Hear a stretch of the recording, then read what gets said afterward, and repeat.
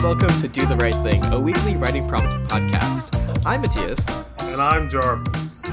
Jarvis and I are aspiring writers, which is why I wrote my story 2 minutes before starting this. So we're doing a challenge. Each week we set a timer. The goal is to write a complete short story using 3 of 4 randomly generated words. Then we come on the podcast, we read the stories, we talk about what we learned in writing them, and then we talk about stories submitted by you listeners. We're simply here to help you do the right thing. Doof Media production. And today is a very special Do the Pact Thing special. So we are joined by Elliot and Reuben. Hey. It's me. Yeah, so we're actually currently on their thing, All Packed Up, a 24-hour shared live stream. I really hope that everyone listening to this participate in that, and if not, that they're going to participate in the next one because it's going to be yearly, officially announced. An annual 24-hour live stream. It's happening, guys. It's also followed by, it's at the end of every annual Deep Impact. You know, it starts every year. The worst part is that, October to like February, where we're doing a show 1 year in the past and 1 year now. That didn't really make sense, but whatever. It's okay. How far are you guys in it already? We're about 6 hours into a 24-hour live stream, so we're hitting the point where it's starting to be like real, where we're like, oh shit, we're signed up for another 18 hours of this. Oh my god. Well, it definitely gets easier, I feel. Does it? I feel like it's gonna dip, it's gonna reach the worst point at some point, and then it'll get better, and then it'll get worse, and then it'll get better. So that's half the fun, is trying to figure out when the worst point is. Yeah. Is this the worst they're going to get, or can it get worse? Oh my god. We should touch on, for your listeners listening to the podcast on the feed, if they want to check out the All Packed Up stuff, hopefully it'll be out soonish on the Doof Media YouTube channel, either by the time your episode comes out or later, depending on time and how it works. Depending on time and how time works, yes. Yes. That's always the crux of the situation. So to explain what we're doing for this segment, both for the stream and for our podcast. So this week we have our 4 random words, except with a twist. So Pact, for those who don't know, actually, could you guys summarize it just the shortest possible? You guys should be ready for this. So Pact is a story written by Wildbow, and the story is basically about a guy called Blake, and his life just continues to get worse until the very end, where for a fleeting moment it's happy, and then you're happy. Okay, is that an accurate summary? It's a modern supernatural thing. It's kind of I mean, that's how you would summarize it if you were like a normal person. Yes, it's urban fantasy. Yes. With a great magic system and all sorts of classic Wildbow, great world building. And I recommend everyone listening to read it immediately or reread it and listen to Deep Impact as you're doing it, and then read it again. I don't know. Read it 3 times. I was like, I don't know what the third thing to do there is. I guess donate to Wildbow, of course. Anyway, true. So this week we have 3 random words. We have Pact, Other, and Practice, and then we also rolled the dice on the table of contents of Pact. So the last word is one of the arc titles for Pact. So what did everyone roll, and what did you guys end up using? Well, so Reuben and I both got terrible rolls. I got a 14, which is Sine Da. Yes, and I can't remember the number. 10. I think 10, which was Malafide. And these are both like Latin terms that are very hard to organically work into a story. I don't know. I said that on the last podcast, but maybe you guys didn't listen. Well, actually, I wanted to make it a policy of like, if you got one of the Latin ones, you can translate it into English. However, but I wanted to just do it. Yeah, that's fair. But only one of them, only Malafide, can actually be translated. The other 2 are just like words that are like malfeasance is just malfeasance, right? And so is Sine Die, actually. So, that's a hard one. Yes, that's a hard one for sure. I kind of liked the challenge in the end, though. But it was definitely daunting when you do the roll and you're like, really? Yeah. Oh, I have to do this. Oh shit. Jarvis, which one did you roll? I rolled 15, which was possession. So good one. very easy to use, and something I use in on a daily basis. So yeah, it went pretty good writing wise. Thankfully, I did it a little bit earlier this week. So yes. Yeah. What about you, Matthias? I rolled Bonds, which is Arc 1, nice. which is pretty easy too. Yeah, chains or connections, which is No, he said James. Oh, James, not James. Actually, yes, someone. I was like, yes, Bond, James Bond, but plural. Yes. Yeah, it's about Sean Connery and Daniel Craig. It just occurs to me. You know how like Doctor Who has those multi-Doctor crossovers, it's like that, Yeah. multi-James Bond movies. Get on it, MGM. I should have done it. 2 James Bonds, and then they learn how to do the practice. Yeah. I think would have been a good take. One of them has to It's be the ultimate Idris Elba. crossover. Yes, one of them is Idris Elba, and the other one is a fairy. Very Bond. Yes, fairy Bond. So the other part of this is do the Pact thing. We all wrote Pact fanfiction. Jarvis has not read Pact. So that's going to be interesting. I'm so excited to what do you mean? hear your I story. just read the whole thing yesterday. Wow, that was you must have read a Good chapter every 10 minutes. It was a lot. How was it? How was the experience? It was pretty good. I didn't like how the main character died at the very end. That was Damn. very shocking. I that's don't a like that really- either. We've been talking about that all stream. That's a really funny. That's good. I haven't finished Pact. I'm 4 chapters from the end, so Oh, you've just spoiled it for Matthias. yeah, I'm Jealous. ruined. Oh, I'm no. ruined. Sorry. Now I know that the main character dies. Yeah, Susie. Susie Pact. That's her name. Okay, I'm totally off track now. Jesus. I'm 4 chapters from the end. I meant to read it before, but it's fine. So this is actually going to be only mild spoilers, right?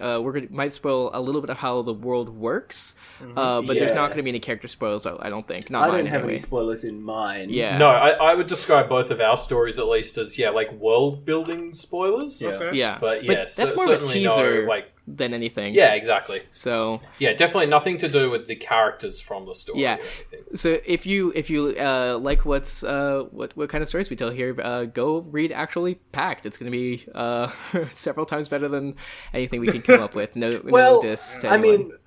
mean, depending on how our stories go, Pact might become, do the right thing fan fiction. Oh, that's It'll right. be retroactively It'll just be switched around. overshadowed. Yeah, absolutely. Do the pact right thing pact. Do the Pact. Do the thing Pact.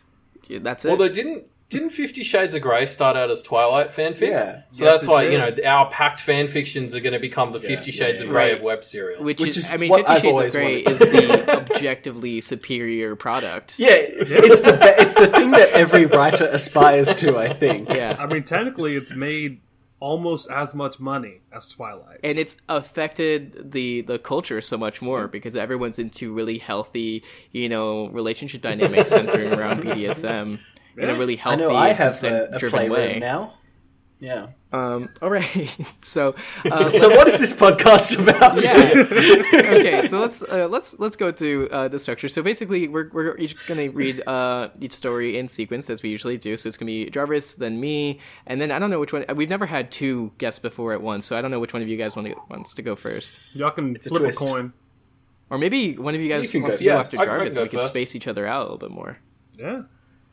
No, I'm happy to knock that's mine out right. as soon as I'm allowed to. Okay, Yeah. so Jarvis, Elliot, me, Reuben. Yep, that sounds perfect. All right. Okay, so if we're kicking off Jarvis's one, how this might need to work is if you guys can mute yourselves on Skype, and we'll mute ourselves. Yes. And then I'll just play Because we've got a Jarvis's- recording. Jarvis is Yeah, pre-recorded. Jarvis is the only one of the 4 of us who was prepared. Yes. And actually pre-recorded his. Well done, Jarvis. Like we talked about. I'm also gonna temporarily switch off my video as I go get like a drink of water and some other stuff. So, Same. Okay. but all right, I'll talk whatever to you you- guys in a few minutes. yeah, whenever you're ready, Jarvis. All right. Or I mean Elliot. Sorry. Pass, Jarvis. No, I am Jarvis now.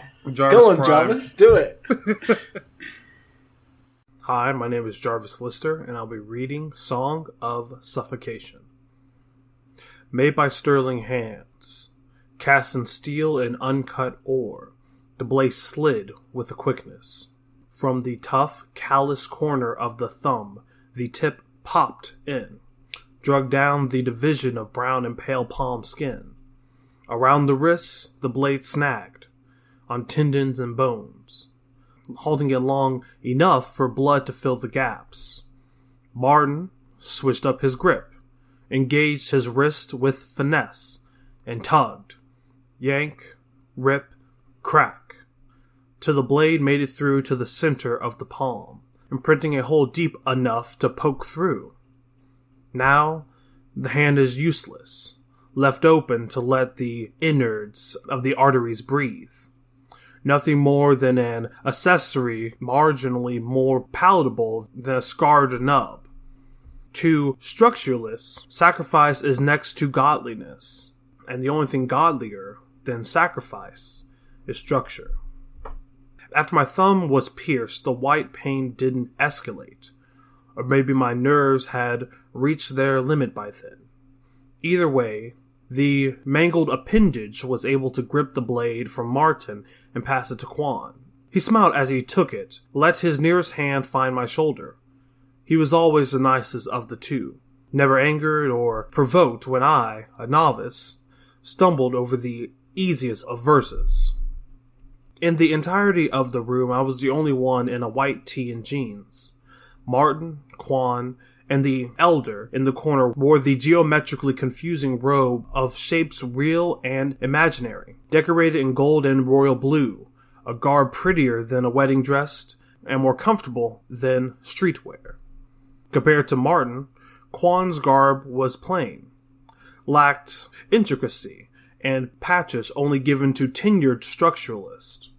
Like me, Quan was from the streets, and Aqualung, whose ODs led him to the elder's doorstep. They gave him food, and water, and shelter, and purpose. And in every facet of his life since, he's been making amends to the family that saved him. Around the same time, Martin joined the family, never seeing anything but the deacon's pulpit and farmer's market fresh produce. Martin never knew struggle, and likewise never understood the rigidity of the structuralist traditions. As more and more blood fell from my hand, I detracted my thoughts far from it, to look around the room.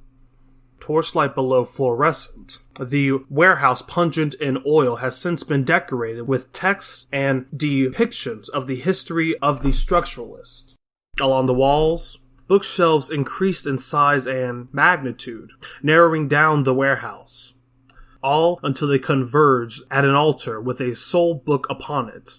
That is where the eldest reads our inherent truths during sermon. That is where those who have dealt their dues are granted the opportunity to summon an other and garner a pact with a being outside our perception. But that was all far from the present. Quan tapped the knife on the basin below us. Tick, tick, tick. The blood that was taken from me drained down to the cold stone into a black sludge that was once passionate blood from initiates past. Hell, could be the elder's blood, Quan's, or Martin's, but soon it would be mine. Martin took my dead hand and pressed his freshly cut one along it. Quan did the same, then Quan to Martin. Both of my mentors placed their dead hands around mine, and together submerged our hands in the frigid plasma. We all bled red, not blue nor water. Human are we all, one and the same and no different. So we bled, and bled, and bled, until the elder, not too far behind us, produced ash and fresh marrow for the blood stew. At the dust being poured in, Quan led in swirling our hands around the concoction, and, similar to the three witches, chanted over our precipitate. Ash from the oldest, marrow from the meek, grant our cherry mentee anything he seeks. Without knowing the words, I joined, Martin not too far behind. As we mixed our blood with ash and marrow, a dark red paste formed above the blood. Mixing, constructing, and contorting into a phrase. What do you want? What can you give? It's your choice now, Sylvan, Martin said in an enchanting whisper. On the other side, Quan spoke, his voice grinding against dried lungs and a jagged throat. Right now, this marks your introduction into our family and the many volumes we have cultivated. Now, it is your opportunity to add to our knowledge. Ask for knowledge from the other side. Speak of the truths you founded, and transcribe as such. Or, Martin interjected, wish to know a chant from the true structuralists about the edges of otherworldly scripture. A song or a hymn, while simple, can garner the power to topple enemies and raise those we've lost in our family. Would you not say, Martin, that we have enough chance to fill this room thrice over with her volumes? Would you not say, Quan, that knowledge is useless unless applicable, and that a well-spoken chant can spell disaster or revival? They went on for a time. After the first volley, their bickers drowned from my mind. So, it was my choice. Either way, with open arms, I'll have a family to love and a home to live in. So, do I want to sing, or think, or write, or fade into the congregation? As the words formed over my tongue, my vision flashed white. I saw a woman, obviously a structuralist, standing on top of a hill looking over a city. There was no wind, nor sound, nor sign of life beyond her breath. It was on fire, all of it. Every possession and soul set ablaze in an instant. She looked up, past the red sky. The clouds burned down to the ground. Their constitution heated up so quickly it could not gas nor liquid, but burned bright, blood bright, brighter than the sun behind it or the children below. In the air, I heard her song, the song of suffocation, a simple 4 lines that burns up the air and all that thrive on it. She dedicated it to me. Red, red, blood red is the lung in the sun. Its blaze brings purchase till the day is done.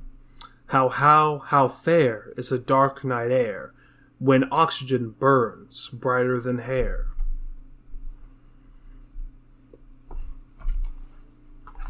That's it. All right. Thanks, Jarvis, for that reading. Oh, thank you. Yes. That was brilliant. Especially done in real time. It's such a brilliant performance. Even I stutter sometimes. I want to pull out a comment because it sums up my reaction to this so well. A user in our chat called Sheepines has said, Jarvis, you're enchanting. I adore you. And that's a great compliment, and I agree. But the thing that captured me about that story is it's so evocative of the situation that is taking place. Like, I feel like there's a world beyond the story that I don't understand, but that's okay. Yeah. What I'm really experiencing is the experience of the character that is in this situation. And it feels like I'm kind of being swept away with that character's experience. Yeah, well, I got the impression that was the story that was being told, not the story of the world. Mm. Yeah. Real quick, Sheepines is my girlfriend Rachel, who knows Jarvis, just for context. Okay. Yeah, absolutely. I think this is my favorite piece, Jarvis. I think this is my favorite piece. And you did it for the special episode, so I'm really happy about it. This is incredible. You incorporated rhyme into this in a really, really good way, and it doesn't come off as just like cheap. It's fantastic. Well done. Oh, thank you. I've been. There's a really good rhythm to this story. Yeah, exactly. Okay, thank you.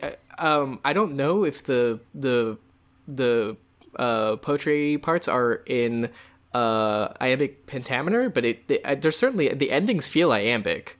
And I think that's I don't know how to do that yet. So well, that's really impressive. In like every single last class that I'm taking right now, we have read a host of poetry by everyone that's ever written poetry. So I don't know, just the beauty that's in poetry has kind of just been ingrained in my head, and I don't think I'm good at it whatsoever, especially when I'm reading like Wordsworth. But I don't know, I just wanted to give it a try, and I feel when you're dealing with like magic and stuff like that, I feel that rhyming kind of fits very well to it. And I don't know, I just assumed that's what Pact was about.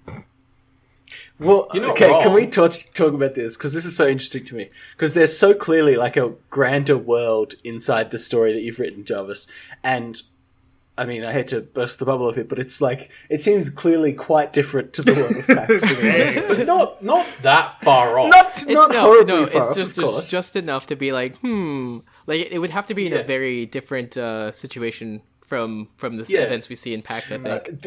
Yeah, but the core question I want to get at, Jarvis, is I'm curious what your picture of Pact is based on this story. So it's basically this. I think that the main character, as I know, is homeless. So I can see the main character wandering these streets and saying, "Hey, let me go to this church. They seem pretty cool." And then he gets all stuck in there. And yeah, I don't know.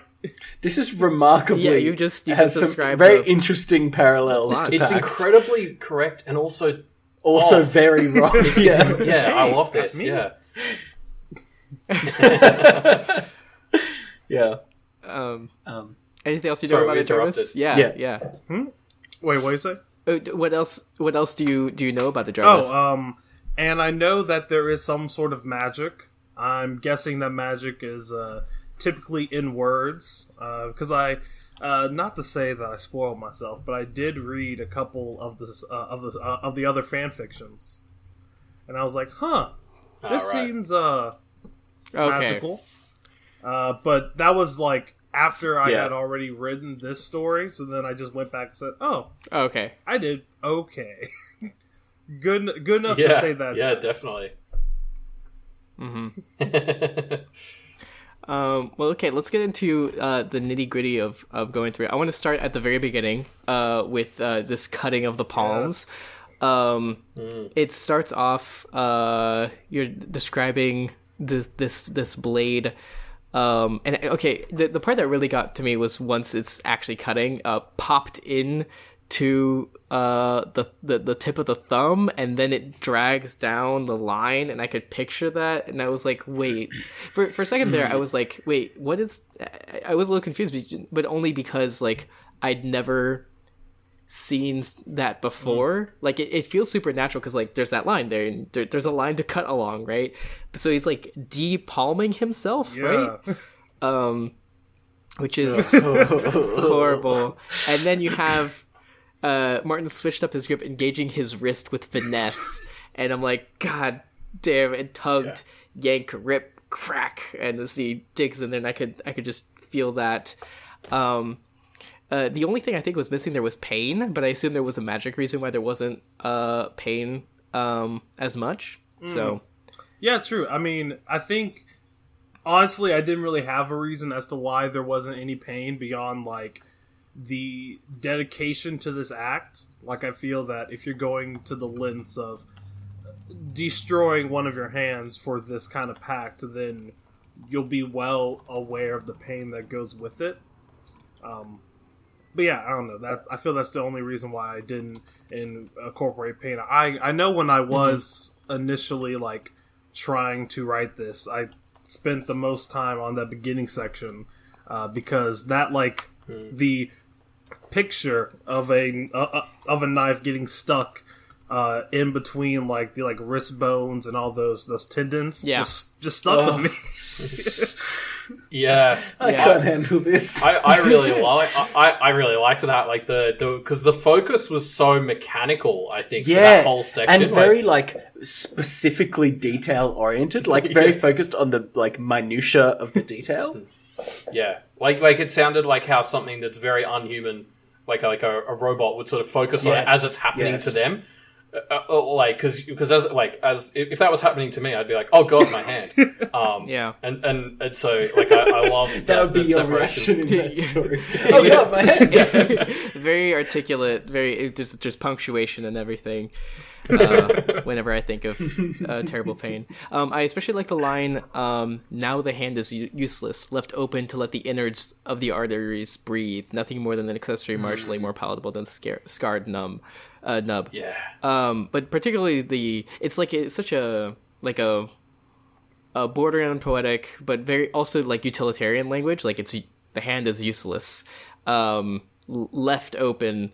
and then you have the innards of the arteries. Yeah, so I think that's a wonderful tie. It was like, this is a poetic world where magic happens, but it's also done in particular ways. It's not, I mean, there's a science and logic to it as well. It's not just chaos. And I feel like that's one thing that I definitely wanted to focus on, because, like, based just off of how I hear you talk about Pact and how other people talk about it, that seems like that's kind of what it is, to where this magic is turned into a science. And I kind of wanted to try and capture that with my limited view, and also, I don't know, just write a story that's just been on the mind, I guess. Mm-hmm. Has this been on the mind, Josh? Yes, it is. That's slightly worrying. No, because it was such a rich scene. I can totally see that as being something that was stewing for a while, because it was because like the drawing of the whole scene I thought was so strong. Yeah, fair enough. To go on just a little bit more on the physical, and then we'll talk about other stuff. I love just the blood stuff in general. Putting the blood into the basin, mixing. I mean, I could picture it, like, there's that slight magic of it, but it's like wet and dirty. They've all their hands are broken, and they're just swishing broken hands together.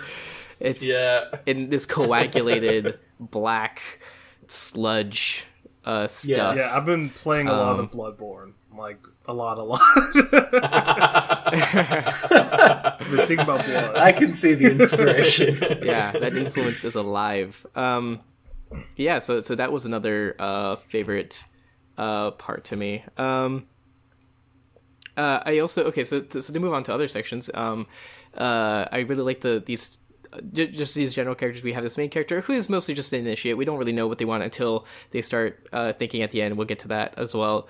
But Martin and Quan, they're both like I mean, I didn't exactly like picture each one as different, but that was fine. Like, I mean, you put stuff in there to differentiate them, but I think like they're both supposed to be like, they're your two sides of the mentor, and they're made to be kind of interchangeable a little bit, but they like have that difference where they are exchanging lines. That I thought was a really cool just scene setting, that they're both like they're supposed to be like opposing in a way, but they're both also fulfilling the same role. Mm-hmm. Yeah, definitely. I know when I was first thinking of both of these characters, I knew that I wanted to use the word aqualung somehow. I really wanted just to get why that word specifically?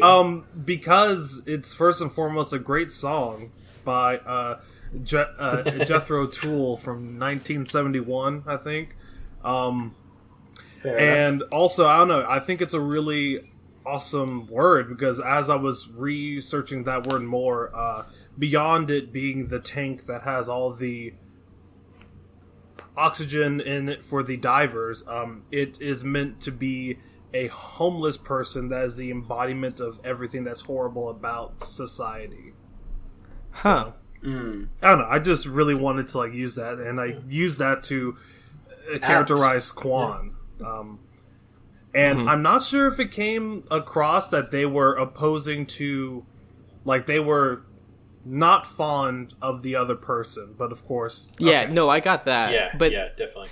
It's like they're opposite sides of the same... I don't want to say the same coin, because that's cliche, but but they are, like, they're the same role, they're the same place, they're both saying, join us, but they're just saying it in different ways. Yeah. Yeah, I like a narcissism of differences type relationship. Like, yeah. I think we just got a donation. Ooh. We did. We got a donation from a user called Irenicus, who donates $10 and says, "By this incantation, Jarvis is compelled to read Pact." Damn, now I have to do it. I mean, there was sacrifice. That's the rules. It was an incantation. Yeah.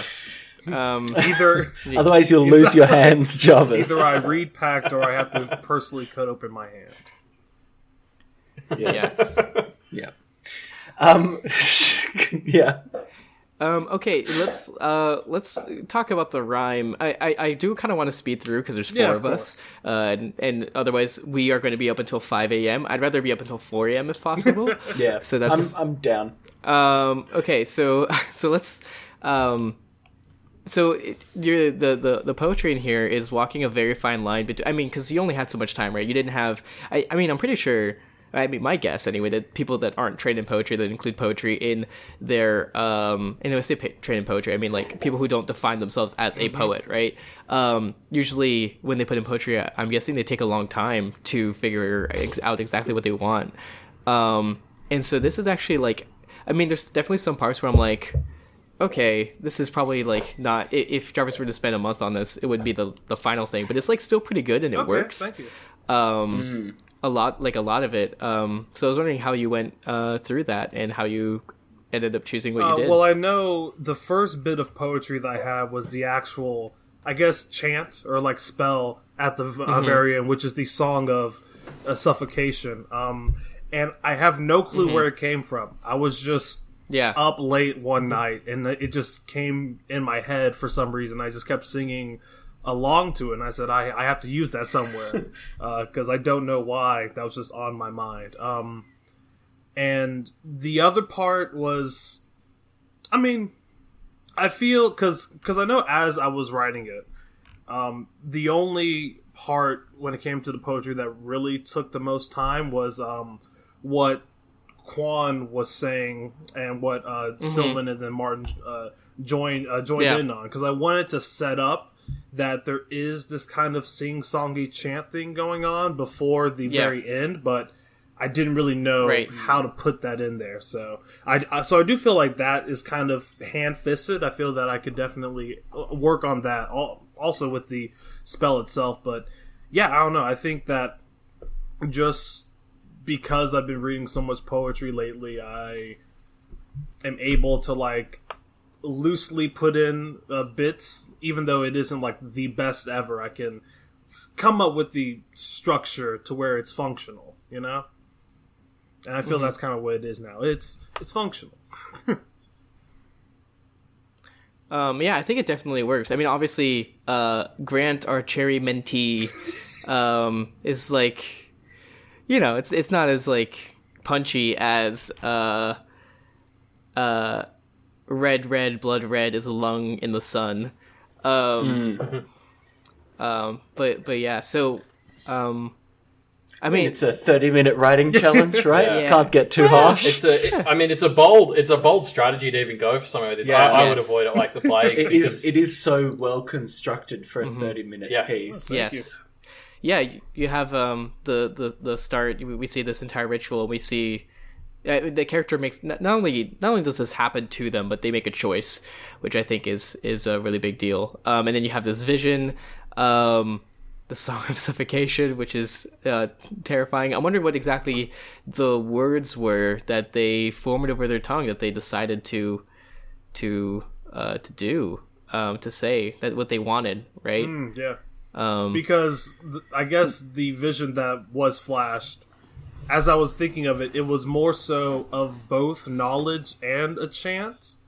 So I'm not exactly sure what he would have wished for, but whatever he did wish for, whether it was knowledge or the chant led him to this song that is supposedly going to like end the world or something. I don't know. Yeah. I really don't have that much real critique. I mean, obviously if I could search for stuff, but like I think this is, you know, I don't want to sully this like great thing. I think this is really good. Do you guys have any? What would you guys like to add? I just really liked the bit where the blood is dripping and we hear tick, tick, tick. I just thought that was a great moment. Yes. That's not a critique, just a part that I personally really enjoyed conceptually. Yeah. Overall, I feel more people need to use onomatopoeias. Like, I don't know. They just always hit for me personally. Yeah. Okay. What we're taking away with is onomatopoeias and poetry. Combine the two, maybe. Ooh. Yeah. An automata poet. Yeah, onomatopoeia. Yeah. Poepoeia. Yeah, that rolls off the tongue pretty nice. I mean, that's the big irony of onomatopoeia, isn't it? It's a horrible word. Yeah, exactly. It should just be like blah. Like blah should just mean blah is like the best. Yeah. Anyway. Okay. Yeah. Elliot, any comments? I don't really have anything to add on top of what we've already said. I really enjoyed this. Like, yeah. I also like the little allusion to Shakespeare, similar to the Three Witches chanted over Precipitate, which I think in text works maybe a little bit better than spoken out loud, but I think in text it works really, really well because it's just such a different word to be used for coagulated blood.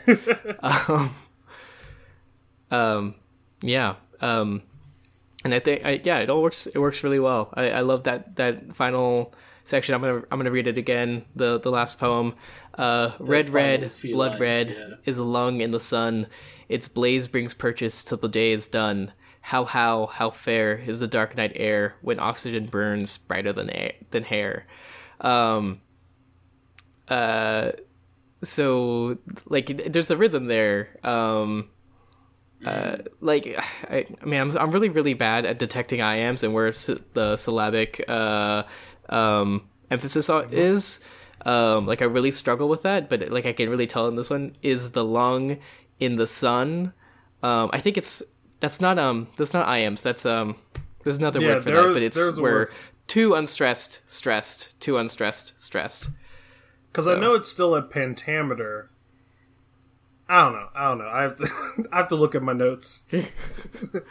I'm very, very bad at detecting it, but it's there. I mean, putting aside the technical names for it, it just is words that feel good when they're said in sequence. Yes. That's what I call it. Yeah. Yes. I was trying to find a better word to rhyme with air besides hair.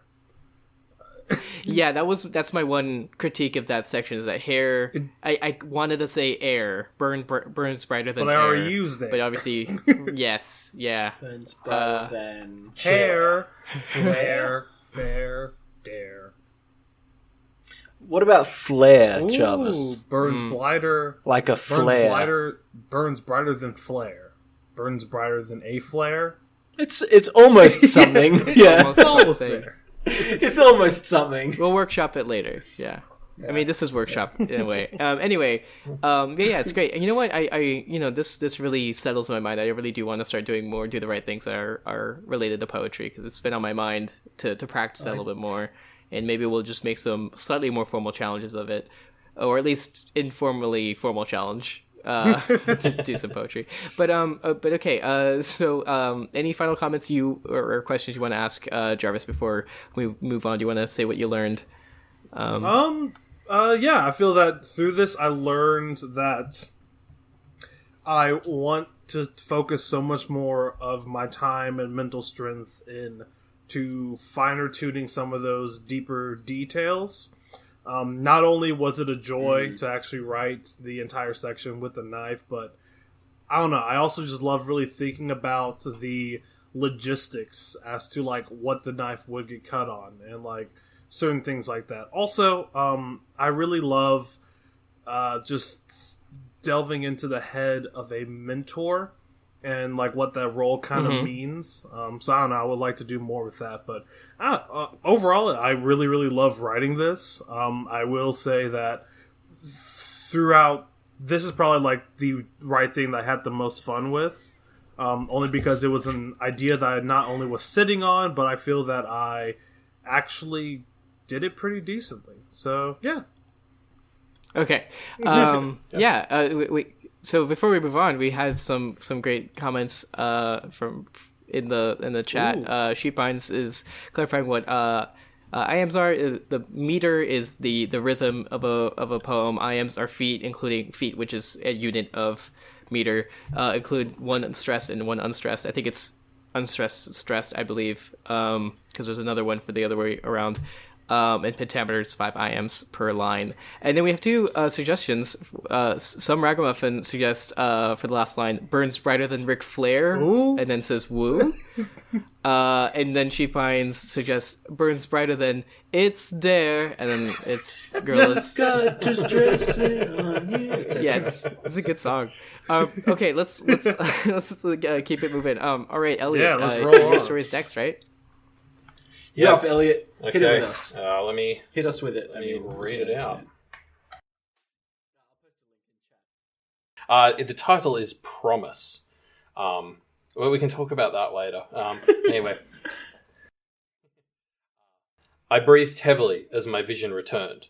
Not that my sight had actually been gone, but there was a limit to even my focus, and the pain had been blinding in that way. An often underappreciated ability of humans was the way they adapted to pain. Torture a bunch of humans as much as you possibly can, and some of them will still eventually find some equilibrium. They'll learn to live with the pain. I know because I've seen it done. It's marvelous, really. Unfortunately, I'm not human. A few hundred years, and this had still hurt as much as ever. Looking to my left, I took in the view of my saviour. A hulk of a man, he was wrapped in what appeared to be a lion's mane. I'd been imprisoned for a few hundred years, so I'd expected a change in fashion. But this? What should I call you? He spoke with a calm assuredness, focusing on me at all, as he began slicing the chains that bound me. I took the opportunity to sit up and look myself over. Drained, but I was still intact. Intact enough that his calm was odd. There really should have been more reverence. I looked the man over and found what I was looking for. The connection was strong, a parental bond. If I hadn't been so out of practice, I would have seen it sooner. Things made sense now. Not a man, but tainted by godhood. I smiled, meeting his eyes. There was no reaction from the man. He understood the expression, knew it was not one of kindness, but he clearly had a resolve. Prometheus, I said. The man smiled back. Very well, Prometheus. He helped me to rise to my feet. My father has had a change of heart, as it were. I have something I need to collect. Help me, and you'll be allowed back on the mountain. A simple pact, really. I paused, more for an effect than out of necessity. And your father has sent you to complete this task. I left the second half of my question unasked. The God King I had known was not one to trust something important to a half-human, even his own son. The man's smile renewed, smug. He drew a blade and began pressing it into his own palm. Blood dripped from the wound. I watched the first droplets dribble down his palm and fall to the ground, becoming fire. With each drop, spirits danced around the site, willingly burning and changing themselves in response to the man's blood. I couldn't contain my surprise, my eyebrows raising as I watched the symphony between our feet. I was old enough to know how the spirits of both men and gods behaved. This was something different. The man's smugness increased tenfold at my reaction. He sheathed his blade. You did well, Prometheus. The effects of your betrayal spread east, bloomed, and have made their way back here. Things are more different than you can possibly imagine. Olympus has a renewed relationship with humanity, one that you helped bring to pass, one Zeus believes you should have a place in. The city lay in ashes. Some people were already putting the pieces back together, but others were engaging in a more holy practice. Members of the new church, Christianity, burned. The fledgling religion had been growing rapidly, causing concern amongst the gods. On a balcony above the burning men, Nero stood, proclaiming justice and revenge on the culprits who had burned the city. On a balcony beyond the mortal realm, Jupiter stood, whispering congratulations to Nero for blaming the fire on these new extremists. From Jupiter's shadow, I too watched the scene. Amongst the many being burned, my focus was drawn to one man, screaming in pain as the fire began to lick his body. As his sanity was consumed by the pain, he uttered a final message to those burning him. Sine Dio, sine die. Without God, without day. Even burning alive, the man had held on to his religion, to the belief that his Lord was light, even as he was consumed by it. Beside me, Jupiter turned to leave. It is done. I agreed and turned to leave as well. Jupiter was right in more ways than one. Stepping through the exit, I left Olympos behind for good. In the last few centuries, I had been re-gifted the ability to travel, and I used it now to escape. That was the thing about our pantheon. Short memories. I wondered how many of us truly appreciated that our mountain's name had changed, that most of our own names had. Did Jupiter recall being Zeus? One thing I was certain they did not remember is that I was not one of them. It had been many centuries since a god had commented on my time as a Titan, on how I had betrayed my own kind when I saw the power shifting. I was fairly sure most of them had forgotten I'd repeated this behaviour when teaching the humans magic, an act that had led to my imprisonment. But pain was a powerful teacher. I'd learned this from the humans. My punishment had become my strength, allowing me to hold on to the past and to turn it to the future. I'd seen the strength of the humans back when I gave them their fire, but I'd acted too early. This time, I'd waited. Now, as I entered the city proper, I could see the concealed connections. Throughout the city, the survivors of the Purge met with a reinvigorated devotion to their Lord, a devotion they would continue to spread. Olympos was dead. Would be, soon, anyway. The gods that survived reduced to merely shells of their former selves. Determined not to be among them, I joined a ship of refugee Christians sailing for Patmos. Much like at the fall of the Titans, it was time to insinuate myself as a member of this new religion. Amongst the members of my ship, I became John, and I began to teach of my revelations. The end.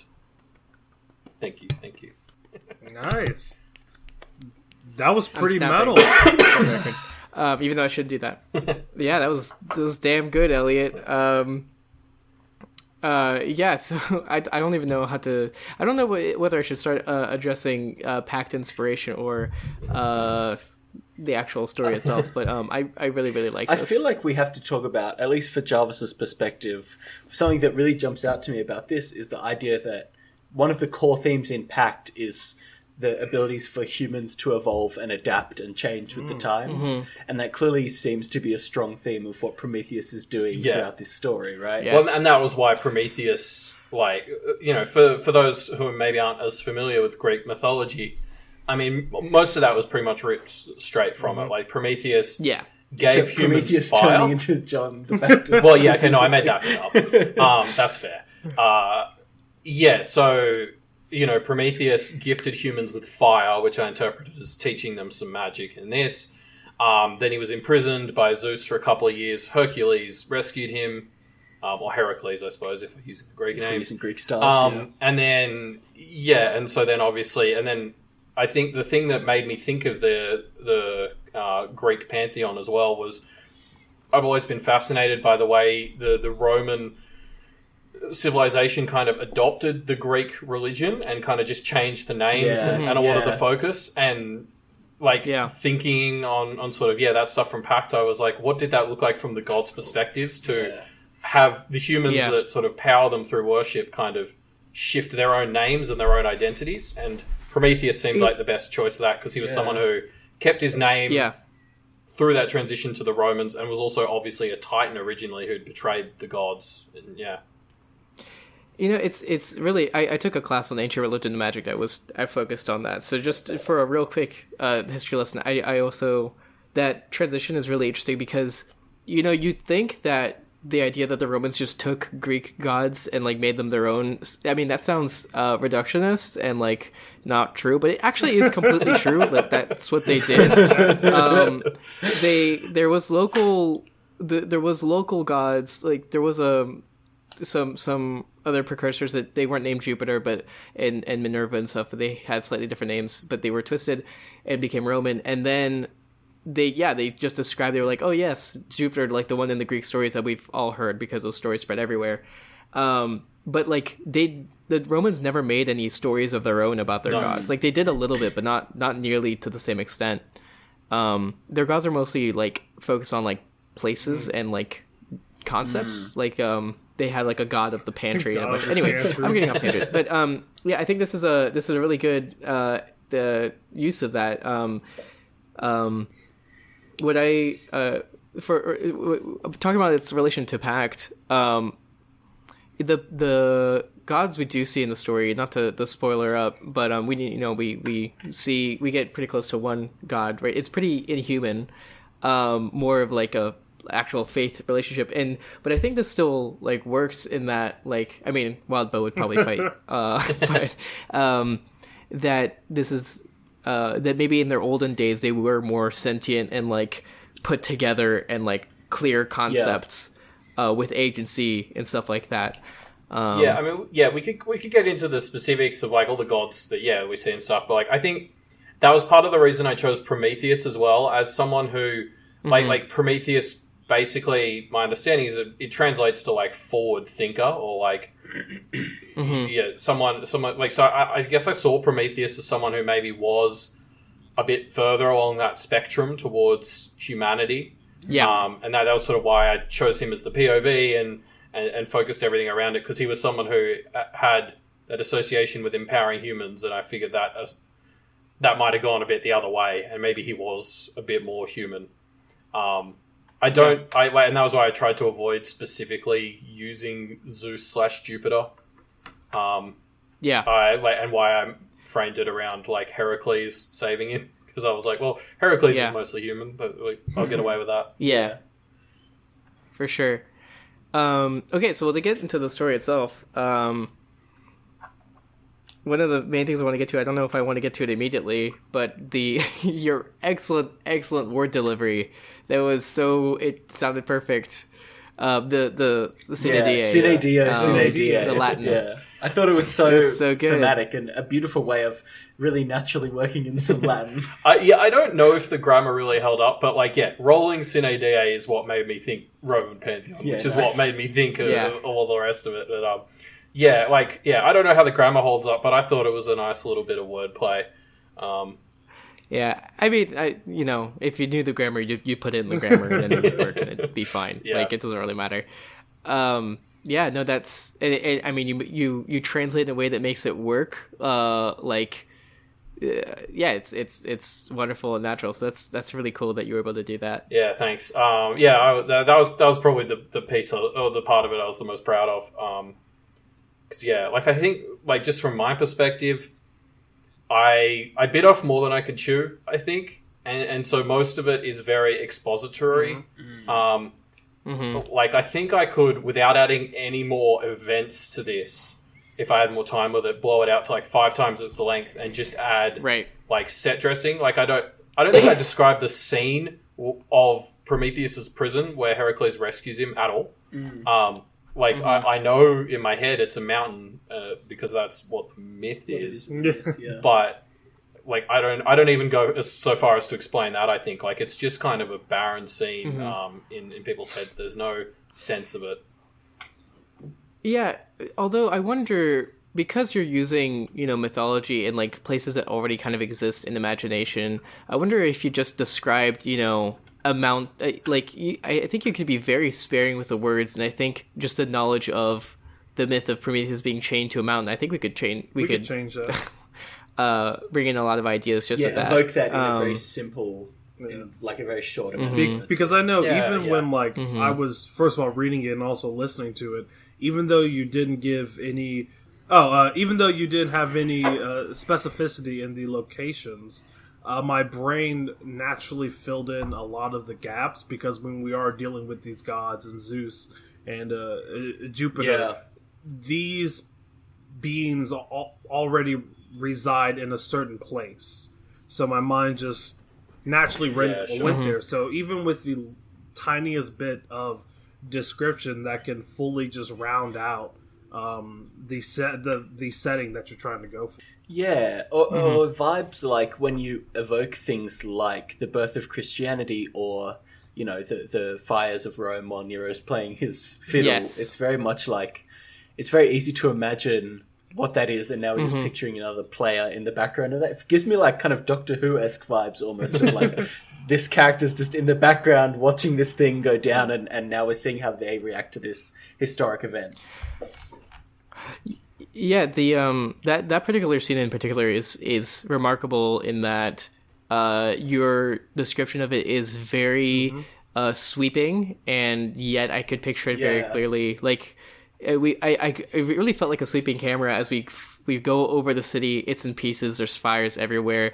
You mentioned that the church is burning, and so I could like picture a cross on fire and stuff like that. And then Nero over it all, arms wide, proclaiming justice. Jupiter whispering down. And then we see this person burning. I don't know if he's burning on the cross, but I pictured him burning on the cross. I did too. I didn't specify because I wasn't really sure if they still did that at that point in the Roman. I think they did. The stake, I think. Yeah, I wasn't sure. I knew it was burning, so I sort of left it there. I was definitely picturing like a crucifix as well. Sure. Then this earth was purged. So I could absolutely picture that. And then we eventually move over, going overseas, which I thought was really cool as well. So, and I love the wording of that as well. He turns into John, which is obviously important for Christian mythology, and then goes to spread his revelations, which is a nice little word choice. That was definitely, I kind of, what happened was I got a couple of paragraphs into the Roman section, and I was like, what's the point of this story? Like, I sort of had my setting, and I knew I wanted to do Prometheus. And then I was like, okay, well, I guess if Prometheus is someone who betrayed the Titans to become a Greek god, and then he's gone through this other change, I suppose his thing is that he survives. And I was like, okay, well, I guess he's got to work his way into Christianity. And because his name literally means forward thinker, I was like, well, who wrote Revelations again? No, that was pretty much all that was. Is I just looked up, and it was, John who wrote Revelations. I was like, okay, he's John now. He is John now. So I think it works, but it was definitely like, I think it was a last minute decision and something I could go back and maybe weave in a bit more, or like a lot of those last few paragraphs are just me kind of hurriedly being like, hey, this is a fact about Prometheus, so that this last bit makes sense. And right. Like I could maybe work that in a bit more organically. I thought that working organically of like I just hadn't expected God to become a human like that. I think it still gives works. You this vibe of Prometheus is there, always trying to stay on the cutting edge of religion, so that he's still relevant. It's like this that's desperate vibe. For. Yeah.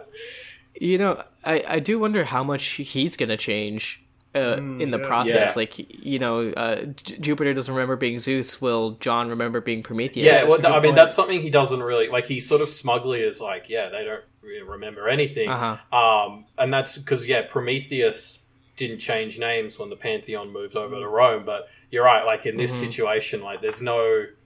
Like, that'd be a really interesting thing to explore going forward, is, like, what happens to him. This, this god who's so hip when it comes to human change. Like, how does he cope when it's happening to him? Yeah. For a slight critique going in a different direction, at the very beginning, you're talking about torture, and having read Pact, I thought for sure this was a fairy. Yes, I thought that for too. A good couple lines. Pact has and I was like... Yes. Faerie. Mine has one as well. So fairies like pleasure and pain in equal measure. So when you talk about torture, I was like, this is definitely a fairy. And then there was a savior, and I was reading all of those, all the dialogue from Prometheus in like a really smug way. Like there's a line, I've been in prison for a few hundred years, but expected a change in fashion. True. And then there was one more line. where he doesn't have enough reverence. Yeah. And it's not until the line Prometheus when I realized yeah. it. No, that's definitely fair. I think the character voice is something I was figuring out as I was going. And yeah, you're right. Like, originally it was meant to be a big mystery that it was Prometheus, which is why I think I was maybe trying to point people in different directions. And then I got to the Rome section and realized I didn't have anywhere to organically be like, hey, it's Prometheus. That didn't feel like it was way too late. Right. So I went back, had him introduce himself actually, and yeah, like that's the thing. I think there was a lot of figuring it out as I went in this story, and that's probably one of the symptoms of that is like, yeah, I probably need to go back and now that I have a clear idea of who and what the perspective is of, like, actually make it consistent. I think, just I think you definitely nail the voice as you go. In fact, like in retrospect, the beginning works really well. And reading it as Prometheus, it works really well. It's just that initial, I don't want to say red herring, that's not the right word, but no, I think it's fair. Yeah, and if you would go back and add in the mountain imagery, then you could like slyly tell us without them say, "Hi, I'm Prometheus. I'm having my liver ripped out by an eagle every day." Yeah, well, because it was meant to be a mystery that it was Prometheus, I was avoiding so many of the specifics. Stuff, and then since I kind of dropped that thread but didn't get to fix the start, like, yeah, I think you're right. If I made it clearer that we're in like ancient Greece or something at the start, and maybe that this is even a god or something, like that would stop people from going down the wrong rabbit hole or something. Yeah. Yeah, that makes sense to me.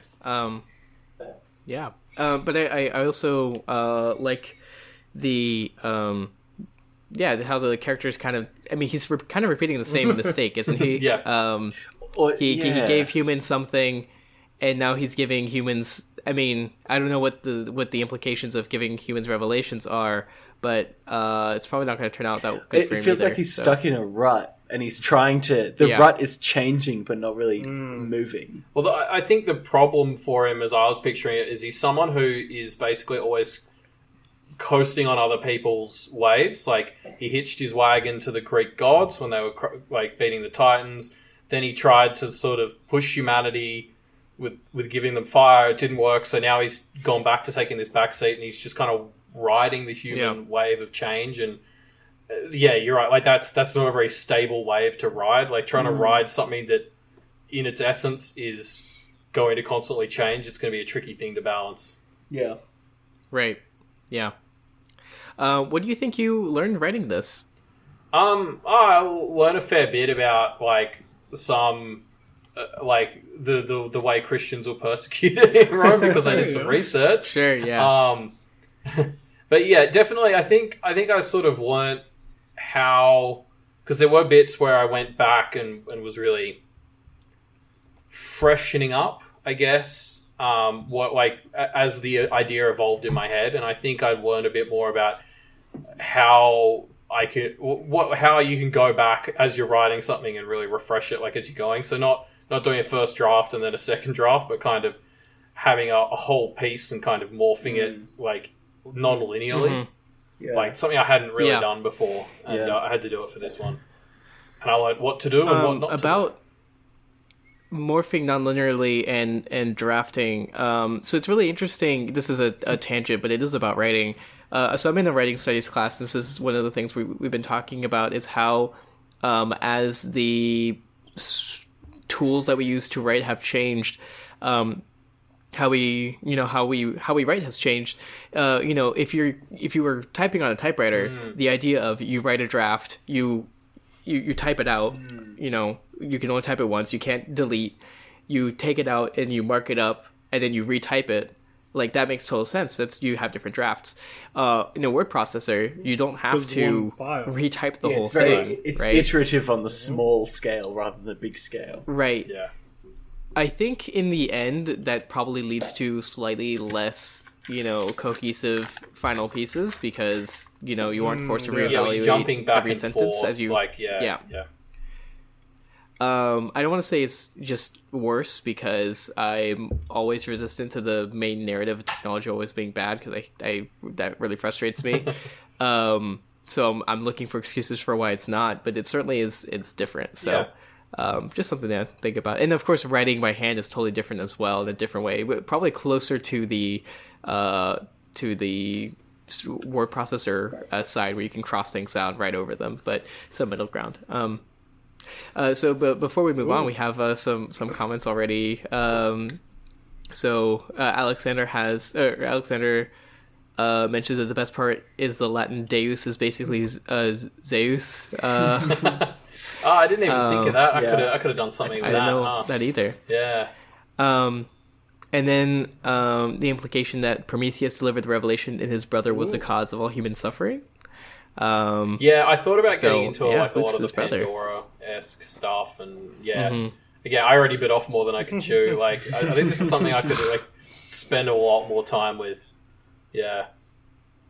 Yeah, Pandora myths makes me so mad. But, anyway. Not for Pandora, but for that it was written because women cause all the problems. Eve as well. Anyway, as in that's not a good kind of story. Anyway, some ragamuffin mentions getting liver ripped out, record scratch. Now I bet you're wondering how I got that opening as well, which I like. I like it.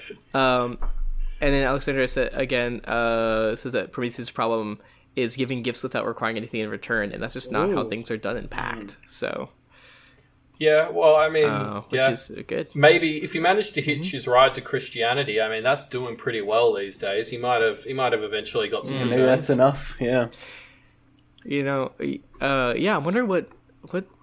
I assume he's a patron saint, right? I think he went Christianity to maybe Mormonism to Scientology, and now he's cut it. I feel his final form would have probably been Steve Jobs. Oh, interesting. I like that. In the techno revolution. Interesting. And then finally, Crab of Blades, which is a very interesting username, says there's nothing preventing someone from doing a complete rewrite of something written within a word processor. It's just a question of whether you want to go that far. And that's absolutely true. I was just mentioning what the quote-unquote natural inclination is and what the tool itself kind of incentivizes you to do. But yeah, absolutely. It's not like you don't have to... it's not like you cannot do a rewrite, and I think that's actually a really good idea. But okay, any final comments before we move on? It was a fantastic story. I absolutely loved it in every way. Thanks. Yeah, I mean, it's important to note, as always, that we could go on and on about this. We could literally talk about this for an hour or more. If we're very time limited here on our 24-hour live stream. Though, yes. Well, these 24 hours are planned to the minute. We're already running. Really? Well, no, we're already. So, we started with you guys half an hour late, but no, it's fine. The segment after this has room to. I mean, it's 2:30 a.m. over here, so you guys can go all night. Yeah. Yeah, Matthias, come on. You're going to get forsworn. Down to the minute. Okay, you're so right. That actually brings me... It's my story. I forgot about that. Let me... Yep, we'll meet ourselves and you take it away, Matthias. Fantastic. So for context, I wrote this... I started writing this about 4 hours ago? 5-ish? So I read it pretty quickly. I had the idea in my head a while, and then I swerved away from the idea, and I wrote something else. Trigger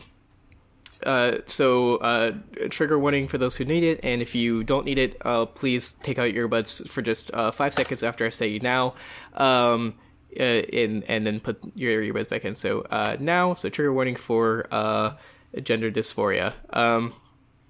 Okay, you can hear me again. The story's called Friends in Unlikely Places. See, if you'd gone out and done shit with me instead of reading books, then you'd know that, Jack said.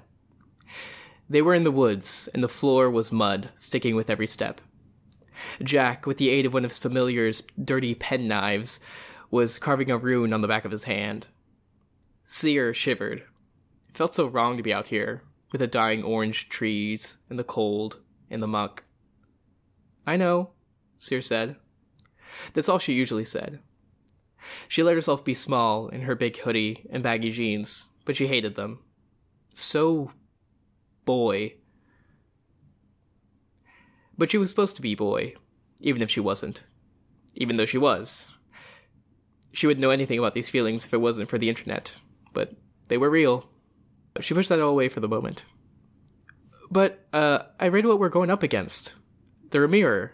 If we isolate their source point, their heart, we can capture them. Bind them. They've got to be powerful. Or destroy them, she thought. But Jack always wanted more tools. Yeah, I think we should split them. Weaken them that way. Cut them apart at the source. That was wrong. But she wasn't sure if Jack was okay hearing that. I didn't really mean it like that. Jack just kept talking. If we cut them apart, they'll weaken. They get power from each other. There was a pause. Seer working up her courage. She just wanted him to listen to her because he was wrong. How true is that? Jack rolled around, hands at his sides. He towered over her, looking down his long nose. On his shoulder, Bloodmasher, in the form of a large, dirty rat, snarled, fur bristling in the shapes of dirty iron nails and corkscrews. Are you calling me out, brother? He punctuated the last word like a slap. Seer looked at the ground and didn't look away. No, she let out, a whisper. She held herself still, knuckles white, gripping herself. Internally, she spoke her mantra. It's only for now. It's only for now. It's only for now. The sound of her thoughts were the only noise. Until a gust of wind broke her thoughts. It barreled through the trees, branches scraping against twigs, leaves touching each other, leaving their bonds weaker, until finally that last connection snapped. Leaves, brown and orange, all life gone from them, drained, spiraled to the ground around Seer, as they had fallen 1,000 years ago, and as they would fall 1,000 from now. She didn't have him in her field of view, but she already knew he was turned away when she heard, more to Bloodmasher than to her, him sneer. That's what I thought. The leaves squished as he started walking. She followed behind, her footsteps light. She always tried to be quiet now. Ahead, Jack was talking to Bloodmasher. The goblin's speech was full of sticky slaps, like speaking with a mouthful, but with none of the words. Only the more awkward, or the more awkward of the noises heard from the other side of thin motel walls. Jack laughed, derisive. They were probably talking about her. Seer held herself tighter. She wished she had a familiar, but there just hadn't been a good one yet. They only took the dangerous missions against the ugly things. Jack said those were the only ones available to them now that they were on their own. Someone had to do the dirty work. She only wished that they could save enough clout and resources to trade something for her. She didn't even have an implement yet. And they weren't going to pick a domain. Not like this. Not unless it was his car. Seer shivered at the thought of what that car would become if that space was Jackson's soul as well as mind. And the corruption from Bloodmasher. What are we thinking about? said the silvery voice of the trees around Seer. She started to respond without thinking. How might... But she caught herself. Walking in step next to her was the most beautiful boy she had ever seen. Or maybe the most beautiful girl? About her age, maybe 14. Or a lot older? Their hair was golden locks to the shoulders, with smooth, pointed features. As Seer traced the clean jawline and then the chin up to the kissable pink lips, Seer's heart quickened a step. When Seer finally found their eyes, they were looking directly at her, catching her in the midst of a reverie, in deep green pools. How my... the beautiful creature before her repeated. Seer suddenly felt silly and a little scared, not knowing her words. She realized suddenly how carefully she needed to speak. She spoke softly and carefully, focusing on being assertive with this other. I am going to choose to not finish that sentence. After a pause. You're a fairy, aren't you? It flashed her a smile that was as dangerous as it was white. What gave it away? She paused, her mind running through the possibilities of what that question could mean, how her answer could be twisted. As she thought, the fairy's smile grew wider, as if it found her difficulties amusing. Her cheeks grew red. You have many features that fairy do. I'd love to know which features you're talking about. Its eyes twinkled. But we should catch up to your brother before he gets too far. He could notice something. Oh! Seer whipped her head around, and Jack was far down the path. She could only see glimpses of him between the trees. She could hear him cursing as he picked his way through some brush, branches snapping. She hadn't even noticed that she had stopped walking. She hurried to catch up, speed walking. And here she was, alone with another, a fairy no less, one of the more dangerous types. She had to be more careful. Stupid of her, stupid. The fairy fell into step next to her. The gleam of its golden hair flashed in little sunbeams as they walked. How did Jack not notice her talking to a fairy? Her stomach filled with dread as she got closer, and she could almost smell the rusted nails of her brother. He was going to be angry that she'd let herself be so distracted by another. You have to go, she whispered. They were almost in earshot. Bloodmasher could tear you apart. He's messy. Goblins always are, the fairy said, and its voice was birdsong somehow.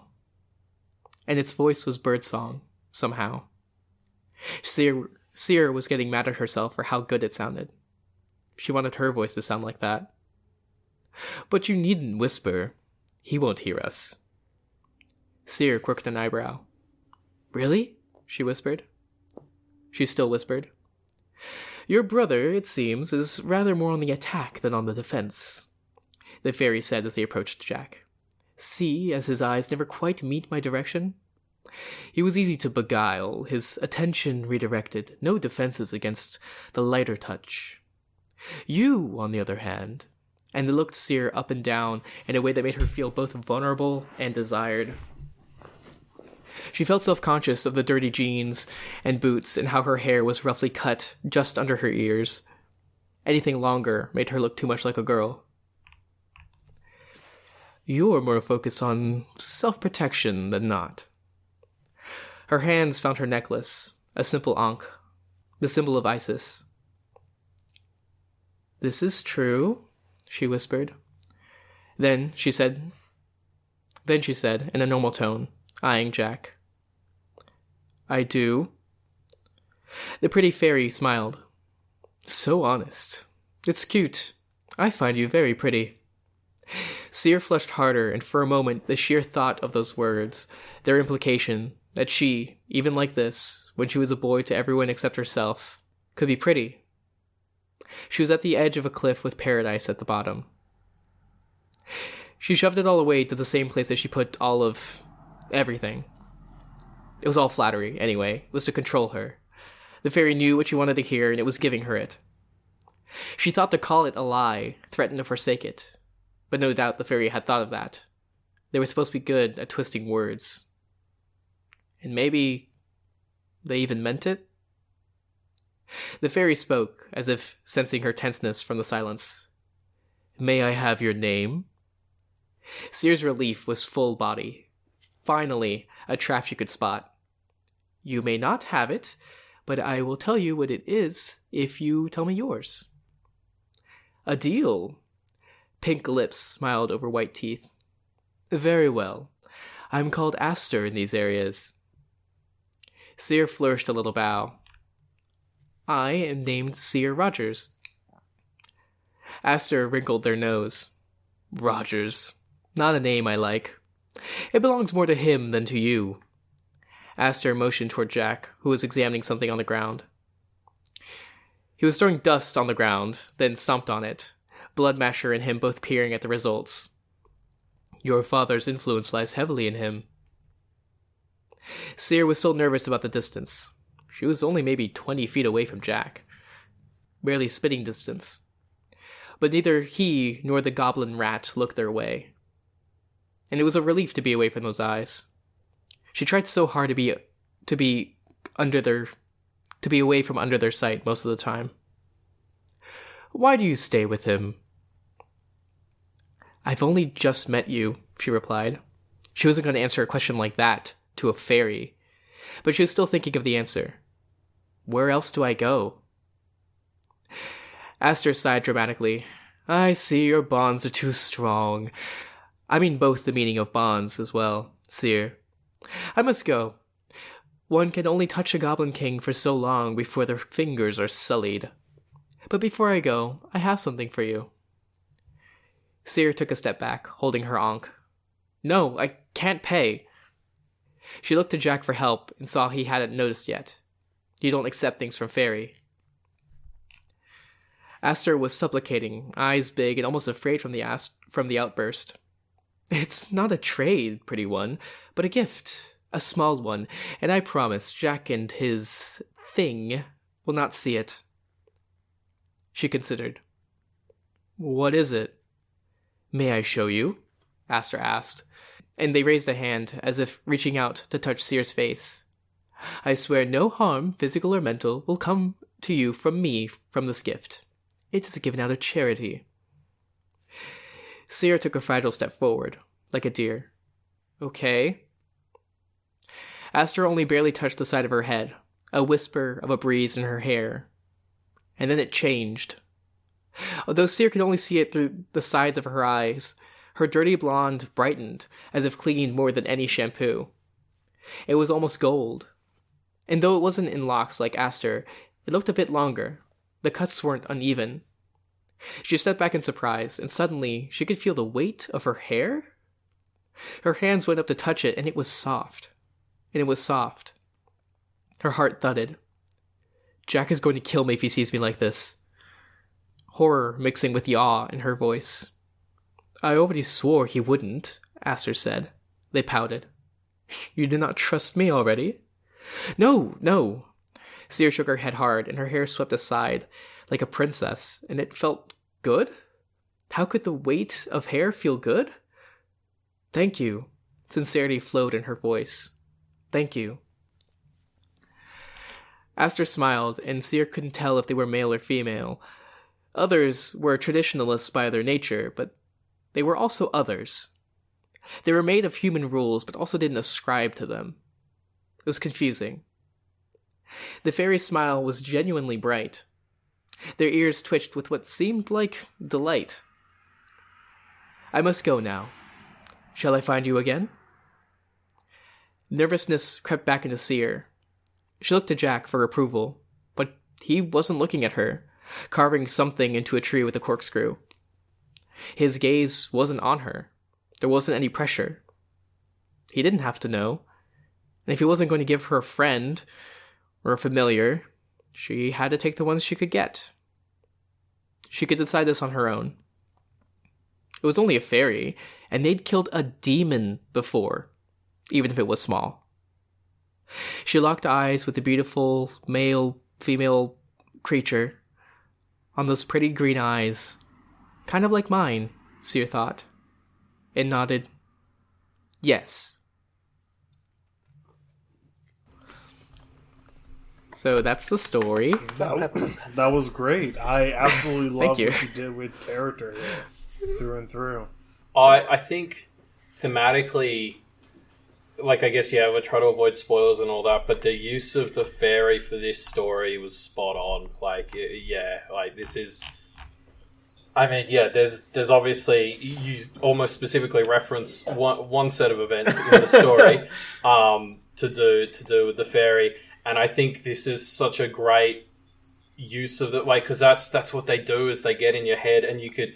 It's so painful to read this and watch Aster so blatantly get into Seer's head, and you're just like, it's just like, you know, you're watching like a train crash about to happen, and you're like, no, please don't. And it's the sentence that really makes it feel so insidious for me is the final bit where she locks eyes with the fairy and she thinks, oh, those eyes are kind of like mine. And to me that's so obviously like manipulation like watch out. With a fairy, that's been done on purpose. But this is what they do as well. They find people who are like being, I don't know what the word I want is here, but like, you know, being excluded, poorly treated, like connections. People who have a hole that needs filling in their life, and that's what's been happening this year because this is the worst place to be having issues like this is when you hang out with your brother who's a goblin king, and the fairy is just taking advantage of that. Like, I think this is a really good use of Pact to tell like just a really, or the Pact verse to tell like a really personal story. Yeah. Right. You know, it's interesting. It didn't occur to me until I just finished it, but I don't know how different the interpretation is if you've read Pact or not. The one you guys described is exactly what I want, where it's like in the scene, this fairy is like purely positive. Like this is a great no downside to what happens so far. Yes, there's nothing bad that happens, but knowing how fairy work in Pact, this fairy does want to do something horribly nefarious and is luring. I mean, she's getting lured out of a terrible situation, but doesn't mean that the next situation can be better. She's going from one abuser to another one that like validates her in a way, but is probably not actually going to do the best. So yeah, I'm really glad that came across. But I wanted to ask Jarvis, not read Pact, if that was the same interpretation you had. You were reading it. It was so sweet. Like the tone through and through is just so lovey. I guess. But when it came to the fairy, I would say that there was too much niceness to where I could definitely sense that it was building towards something. And that something didn't happen in this story, but I could tell that whatever comes next is not as innocent as it's set up to be, in a sense. Without knowing anything about fairies. Yeah, I think... Yeah. Right.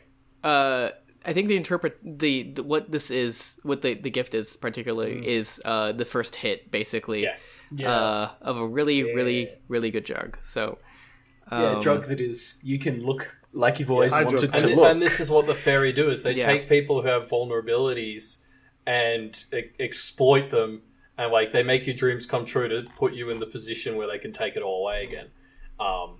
And that's exactly what's happening here, and it hurts to read because it's like Siri's just someone who just like needs help. And it's just and she's not getting that from the people in her life, and this fairy's coming in to pretend to give it to her. Yeah.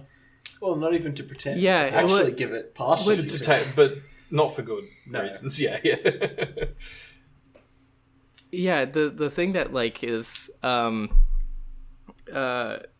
what like it you know, having read Pact, like, you know what the ideal of the situation is, right? It's the ideal is that she, you know, gets empowered and can like actually make this decision on her own, because like there is like she could use, you know, the magic that fairy use, which is called glamour, to do what she wants.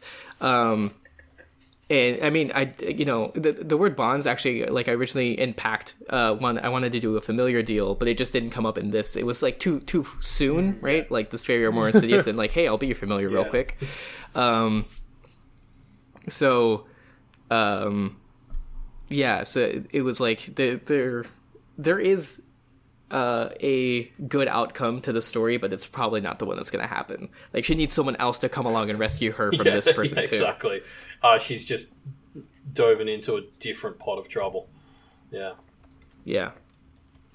No, there's a couple of really. But there's a couple of really good lines in this. Like, I think you do a really good job of the way everything, the way the fairy phrased everything. I was looking for the trick, and like even the bit where it's like, oh, can I have your name? And she's like, like a trick, you know, this makes me feel better, a trick that I can see. And it's like, but that's what he wants, or that's what they want you to do.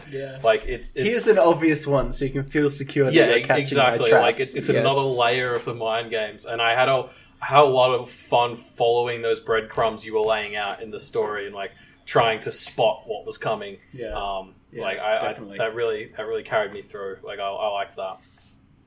To step back just on where this originated from, I actually started. I have my notes left from the beginning, and it was not at all. So I have written 2 siblings hunting down something in the forest, something that manipulates bonds. foil the siblings. Another that is two brothers fused. Two siblings who hate each other go in woods to put down their conflicting motives. Yeah, so I have a bunch of this stuff. Make them twins. Supposed to be like, make them twins, and then it'll be packed. No, it was supposed to be two siblings that are complete opposites fighting a other that is like two fused brothers that were identical. Okay. And then so I was like, wait, different genders. And I was like, oh, what if they're trans? And that's where that worked. And like another way that they're like, they start off the same, they were different, but that went away pretty quick. And so there's still like little remnants at the beginning, like the thing that they fight about at the beginning is from that. If I were to rewrite it, I think I'd focus more on like, why are they actually in a forest? Right? I didn't mind I don't think you need to. I didn't mind not knowing that, because it's sure. especially the mission in the forest is Sear's brothers, and it's like, not we her. don't give a shit It's about not what her he life. wants. He's a dick. Yeah. So yeah, and I mean again as well, making him a Goblin King is a great choice when you're working in the fairy to play on her thing, because like fairy and goblin are so opposite. Like I think it helps her instant her instant sort of attraction to the fairy helps separate them more and more, and just sort of shows shows why she's in this position where she can be so swept up by the fairy. Yeah. Some comments in the chat that I think are relevant because I've been thinking about it. So Alexander says, an interesting subversion would be the fairies getting the trick it wanted to be to taking Sear's name or her gender or her appearance, and then Sear thanks it for removing this part of her that she didn't like. And then a bird on a motorcycle, very relevant, says, but if they had her male gender identity, they would have a decent claim to her identity. Which is, I was thinking about that. I was like, that's a deal that she would take, is be like, take away, some part of her, physical maleness. And I debated that, and I just like couldn't think of the implications in time, basically. Sure. So I kind of skipped past it. Like, that'll happen in another scene. For now, we can just make her hair more girly. And I kind of got the implication from that. I want to go back and reread it now, but like, there's the thing where, like, Sear's worried that her brother is going to react poorly to the new hairdo, and I think it's just specified that like Asta's like, oh, don't worry, like he won't kill you. But like, there's a line between things being bad and you being killed for them. Yes. So not a line, a space. A big fat line. Yeah, a very wide line. So like, I don't know, but like I got the impression, especially from the way they separate, that Asta was thinking a little bit further ahead. Yeah. I didn't want the reaction is not going to be immediate. He's not going to see it immediately. He'll notice at the worst time, whenever that is. Like the spell would be broken. But the thing that I wanted, if I was going to continue this, and who knows, maybe I will. Although it'd be weird to evolve the things that I write to choose to continue the fanfiction. But have another 50 Shades. I mean, I could do a chapter or two more, but that other people can see it. It's just Jack and Bloodmasher that don't, right? And how does that work? And like, Sear getting increasingly more validation, but also like people know her secret, which shouldn't be a secret, but it is. And like her brother reacting to other people using her pronouns and what that does. To step back, I know I'm talking a lot about my own piece, but so obviously I'm not trans, and so I'm writing from somewhat of my experience. I'm like probably somewhere on like that spectrum, but like not like I don't have like dysphoria, and it's just something I've been trying to explore a little bit more, and like how I feel about certain things. So I'm like trying to write my experience, but I think I've also like extended a little bit more because I don't, like female pronouns are not something I'd be comfortable with either.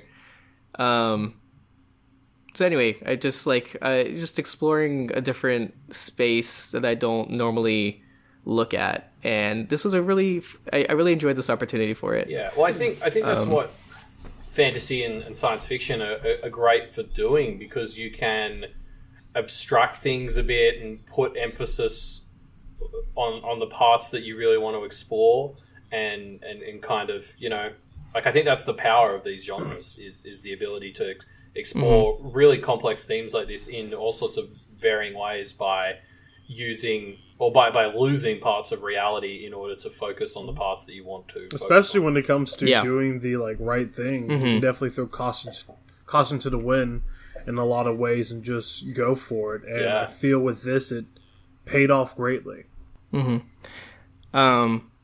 It's my own critique for it is that Seer's very, very naive and doesn't. I mean, I don't know. Did you guys feel that she had agency? Well, I feel she definitely went along with the fairy. Oh, she got sucked in, but I don't blame her so much. Like, as a teenager and as someone who was just in a vulnerable position, like, maybe she didn't have as much agency, but that was because she had other parties kind of taking it away from her more than any other reason. Like, that wasn't a fault of hers; it was a fault of the world. I do understand what you mean by her seeming very naive, because I also really got that. But what I kind of chalked it up to is that if we had spent a little bit more time before with this character to kind of set up before we go into the main action of this story, then I feel like that naivete could be justified based off of what we know from this character. Yeah, I think the ideal of what I want, but it's not this, but what I want is that she's very competent in a particular, she has a competence, but she's just so desperate for this validation that she kind of overlooks all of it. That's more or less how it came across. Yeah, that was the impression I got, yeah. Okay, good. Well, good. All right. So I've anything else you guys? Well, you haven't told us what you learned. Topic? True. Oh yeah, what I learned. I think I learned that I want to keep exploring in this space. One little thing we didn't talk about, but so I don't know if you guys noticed it, but I had this thing with the breeze, right? So when I described the pretty early on, the wind goes through the trees as she's saying this mantra to herself, and then there's the thing with bonds breaking. There's a little bit of metaphor there, but I didn't really draw it out, and I didn't really reinforce it. At the very end, there's a breeze again when the fairy touches her hair, and it changes, and it's supposed to be oh, this is the bonds breaking. It was probably a little bit if I added it in the third beat, that probably would have been more obvious, but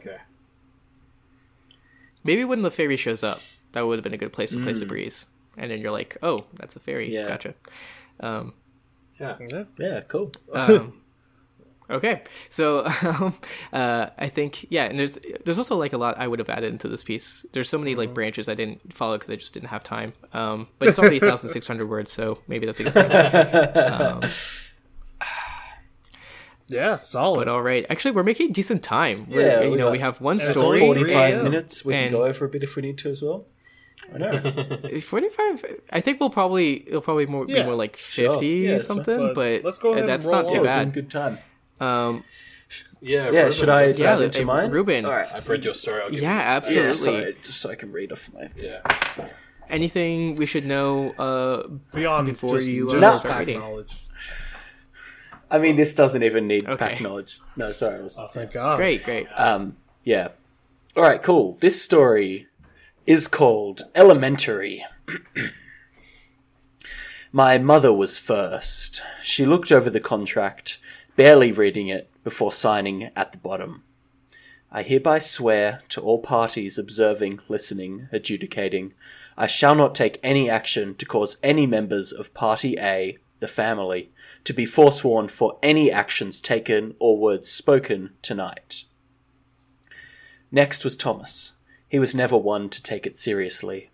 He signed without even looking. I hereby swear to all parties observing, listening, adjudicating, I shall make no moves against my family outside the normal parameters of the night. My father was next. He gave it a cursory glance, but this was the contract that he had written. He had signed countless times. It was routine at this point. He signed. I shall not act in bad faith against any members of Party A, the family. Any actions made mala fide shall cause me to have broken my word, and will be punishable in exemption to Section 3 of this document. Finally, Dot read over the contract. I hoped she wouldn't notice the difference. I hereby swear to all parties observing, listening, adjudicating, I shall not employ any practice known to me in relation to the solving of the murder. A simple typo slipped in, printed off, and the contract replaced. It would allow me to get the edge over her for once. I was last to sign, pretending to pay just the right amount of attention to the contract before signing. One of the staff carried it off, and my father stepped forward. I'm so happy to have you all here to continue our wonderful tradition. With the pact squared away, there should be nothing standing in our way from enjoying ourselves tonight. And with that, a dark-haired man burst in, interrupting my father's speech. My father pretended to look surprised. Sir, I'm so sorry to interrupt. It's just, there's been a terrible murder. My father looked back at the man before looking at us and winking. Luckily, you've got the most notorious family of detectives here to solve it. I played it cool for the first 20 minutes, gathering evidence, nothing too suspicious. I wanted everybody to think this was just another night. Of course, this would be different for one key reason. I would finally be breaking Dot's streak. She'd solved the last 14 and I was sick of it. As if it wasn't enough that she was the most successful of our family, she had to rub it in our faces by winning every single year. Until now. When everybody had started moving around, interviewing the witnesses, putting together clues, I excused myself to the bathroom. I looked up at the mirror and took out the leather bag I'd stored in my bra. I took out the scrunched-up hat from inside and put it on the bathroom counter. I leaned in close, my lips almost touching the checkered brown and yellow deerstalker. The game is afoot. It was almost instantaneous. I felt the spirit come from the hat and start to possess me. It was a low-level thing, a concept that had been given form through countless retellings and reimaginings, an idea made powerful through constant examination. It was stronger than I expected. I had to struggle to not allow it to completely take me over. I finally started to get it under control when I felt it come alive within me. Are we here, my dearest Willow? The words, in an old Victorian English accent, appeared in my head. I thought back at him, remembering the events of the night. Daniel Moore was murdered. How? Shot. His wife was upstairs, asleep at the, is she a light sleeper? Time. Yes. She claims she heard nothing, and slept all night. I paused, waiting again to be interrupted. There was nothing, so I continued. He was discovered in his study. The study is directly below his bedroom, so his wife certainly should have heard the gunshot. Who found the body? Their gardener, a man called Anton. He heard the gunshot and came... He heard the gunshot, but the wife did not? Running. Yes, I noticed that too. It's incredibly odd. I know it was a weird thing to be upset about, but it felt like the spirit didn't understand convention. I suppose he was older than some of the ones I'm normally used to. He didn't understand that he shouldn't interrupt. I apologize. I'll do my best not to interrupt in the future. I looked at myself in the mirror, my eyes slightly darker than they were a minute ago, and shook my head slightly before continuing. Okay, so the two suspects are guests that were staying in the house last night. Mr. and Mrs. Muscat, old friends of the deceased. I finished recounting the facts as I understood them and waited. Is that all? I nodded. I suspected that he was murdered somewhere else and dragged to the... I see. Are there any fresh marks in the garden? I shook my head. I definitely didn't notice any. Well, that rules out the obvious possibility. It's elementary, my dear Willow. I have solved the case. I smiled at myself for the first time all night. Finally, I would have one over on her. Spirit returned, deerstalker tucked firmly back into its hiding place. I strolled out of the bathroom, rang the bell, and summoned the family. I've solved it. Dot narrowed her eyes at me as she saw her streak fading away. It was quite simple, really. When you removed the impossible, whatever remains, however improbable, must be true. You see, there was another player here last night. A small pygmy man who climbed down the chimney and made his way into the attic crawl space. By shuffling along through the walls, he was able to find his way into the attic. Of course, silencing his weapon was a trivial feat when you consider... Dot laughed a little. At me. At me? Willow, come now, she started, in that perfectly patronizing yet infuriatingly innocent tone. Just because you're tired of losing, it doesn't mean that you have to go to such extremes. If you can't solve it, there's nothing to be ashamed of. It was my turn to narrow my eyes. Luckily, there's no need to unring the bell because I've actually solved it. It was simple when you consider that there's no way his wife could have slept through the gunshot in the study. So therefore, he must have been killed somewhere else and dragged to the study. A fact that was conveniently confirmed when I noticed drag marks outside in the garden. I felt my entire body shrivel as I realized I must have overlooked the marks. I was sure there weren't any there. Of course, that leaves the culprit. My elder sister wheeled around, her smile wide, wider than it should ever be, and pointed directly at Mr. Musket. The applause started before she had even finished turning. I started to tune out. Bucket of pig's blood. Rare gun collection. Golden child. Maybe next year. And, that's the end of my story. It's the end of Elementary. Why, I'm glad someone else saw Knives Out. Fantastic. Thank you. Yes, Knives Out may have been an influence. But no, honestly, I think like one thing that totally stuck with me throughout this reading was the dialogue and how every single last line is so provocative, and not only the person that is speaking, but it adds this great flow throughout, and the back and forth is just so fun to read. Thank you. Yeah. I mean, I just love the concept. Like, I'm interested to know where it came from. Like, just the idea of having someone invoke the spirit of Sherlock Holmes for like a murder mystery party. Well, I love it so much. I'm trying to remember where I heard this conversation, and I assume it might have been on Doof Media because I constantly listen to everyone on Doof Media. But a long conversation about how Sherlock is actually like not a great detective. Like it was Steven Zuber and Brian Cranston. What's his last name? It's awesome. Brian We Want More. Deacon, Brian Deacon. Oh yes, Deacon. Yeah, they were talking about how so right here on the Doofcast, Doof Media, Steven was talking about how Sherlock actually does pull out his deductions out of his ass all the time. Yeah, so I've very recently been rereading a lot of the original Sherlock Holmes stories, and it really did strike me how much he just pulls shit out of his ass a lot. And also, it's almost always the first thing he does is go and look in the garden for footprints. So I tried to incorporate that into my story. Because they're always funny, no matter what. Yeah. Well, yeah. To come back to what you said, Elliot, about the idea of the Sherlock Holmes thing. Basically, the core idea was I really wanted to create a situation where a practitioner could lie. And so the situation was, well, what situation would that happen? Maybe in some kind of family game where they're all playing together. Right. So it led to a murder mystery party. And then the idea for Sherlock was just like, well, if you're going to cheat, what better way? But that's so interesting because it actually is such a dangerous idea because it's like if someone didn't sign that, like exactly right. That's why I loved it. Yeah, the idea that this family had to be very cautious to just play a family games night. They had to set up this contract between themselves. I thought it was quite funny. I like the way you don't really say it's Sherlock, but that totally came through to me.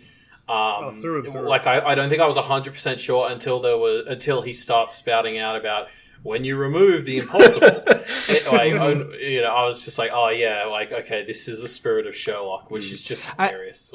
I was there immediately after the hat as soon as it was talking. Yellow and brown deerstalker.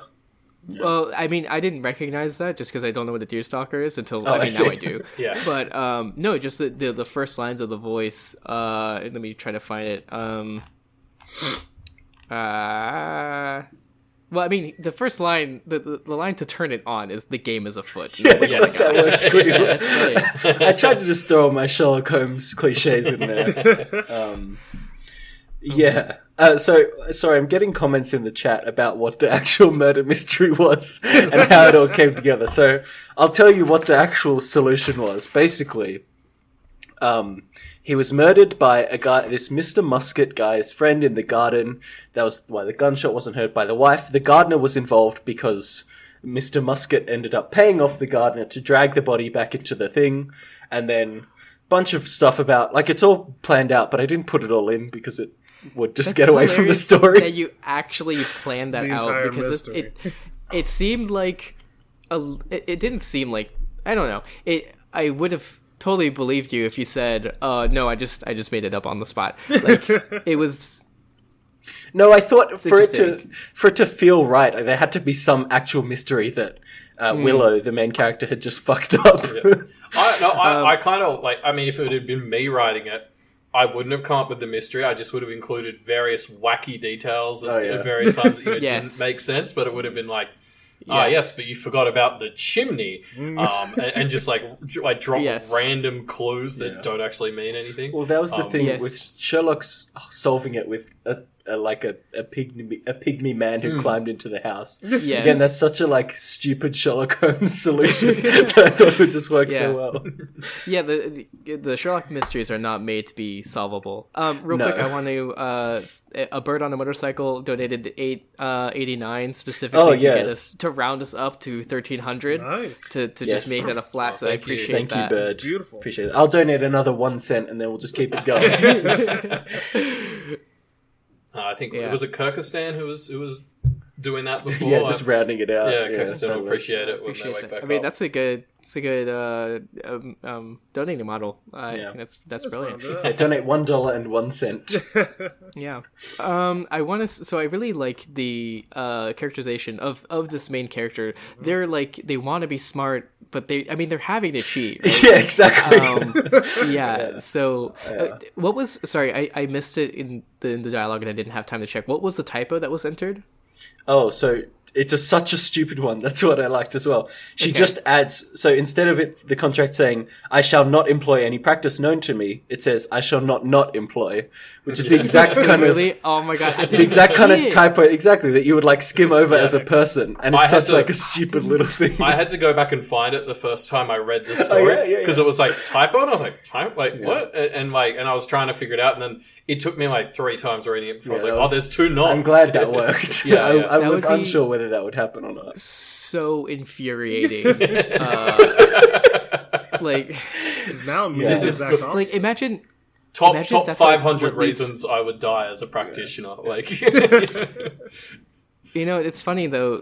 I shall not employ any practice known to me in relation. If you cancel out the knots, right? I shall employ any practice known to me in relation to the solving of the murder. Mm-hmm. So I'm wondering, is everyone else obligated, forsworn for not? Yeah, I mean, I guess only if she calls them forsworn, which I don't think she would go. I mean, maybe she would go as far as to do that. I mean,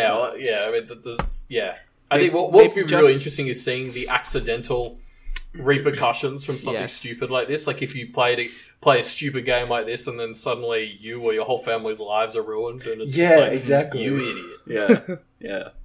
And you didn't even win. It has to be in someone's domain. There's no way that it would be done in an unsafe place. There's no way. Well, yeah. I think you're right. I love it. It's a murder mystery. Well, so this is not a real murder mystery, right? No, it was. I mean, again, I think I didn't hit that beat as hard as I could have, but the goal was for it to be a murder mystery dinner party kind of vibe. Okay. Yeah. With the dad kind of winking at the family as they're That's starting. Hilarious. Okay. Yeah. I mean, I think I missed that lightheartedness. So I was like, wow. Well, I mean, as it went on, I realized, but I was like, given that this is Pact, right? I was like, they've definitely just totally murdered someone for the fun. Yeah, that's fair enough. I mean, yeah, it's a possibility, I suppose. Or they've just got a really chill fairy that just wants to act. Yeah. You hire fairies to be your extras in the murder mystery party for sure. Yeah, they totally just stick to their roles. Oh, he's come back alive. Wait, did he kill himself? Twist. Yes. So I like the little deductions. I like the characterization of both the hat as the interrupting. I mean, it's funny that the hat turns Willow into the Watson. And then, of course, her smarmy sister, right? Yes, it was her older sister. Yes, and I mean, I definitely get Dot's voice, that perfectly patronizing and infernally innocent tone. I also love your reading of it; it's great. Mm-hmm. Oh, thanks. That's the funnest part, is doing the voices. Yeah, you did a great job. There's some evocations of emotion there. I felt my entire body shrivel as I realized I must have overlooked the marks, and the uncertainty in the narration there. It's great. Yeah, I really just wanted it to be quite clear that she's just shit at this. Even if she cheats, she's just shit. Yeah, because the smart thing to do is get the Sherlock spirit to do the observations. Right? That was and then Willow, why are you wearing a weird hat today? And then she responds in the Victorian. Just goes into the bathroom for 5 minutes and comes out dressed like Sherlock Dressed Holmes. with a pipe. What practice? I don't know what you're talking. I'm not using my practice. It's great.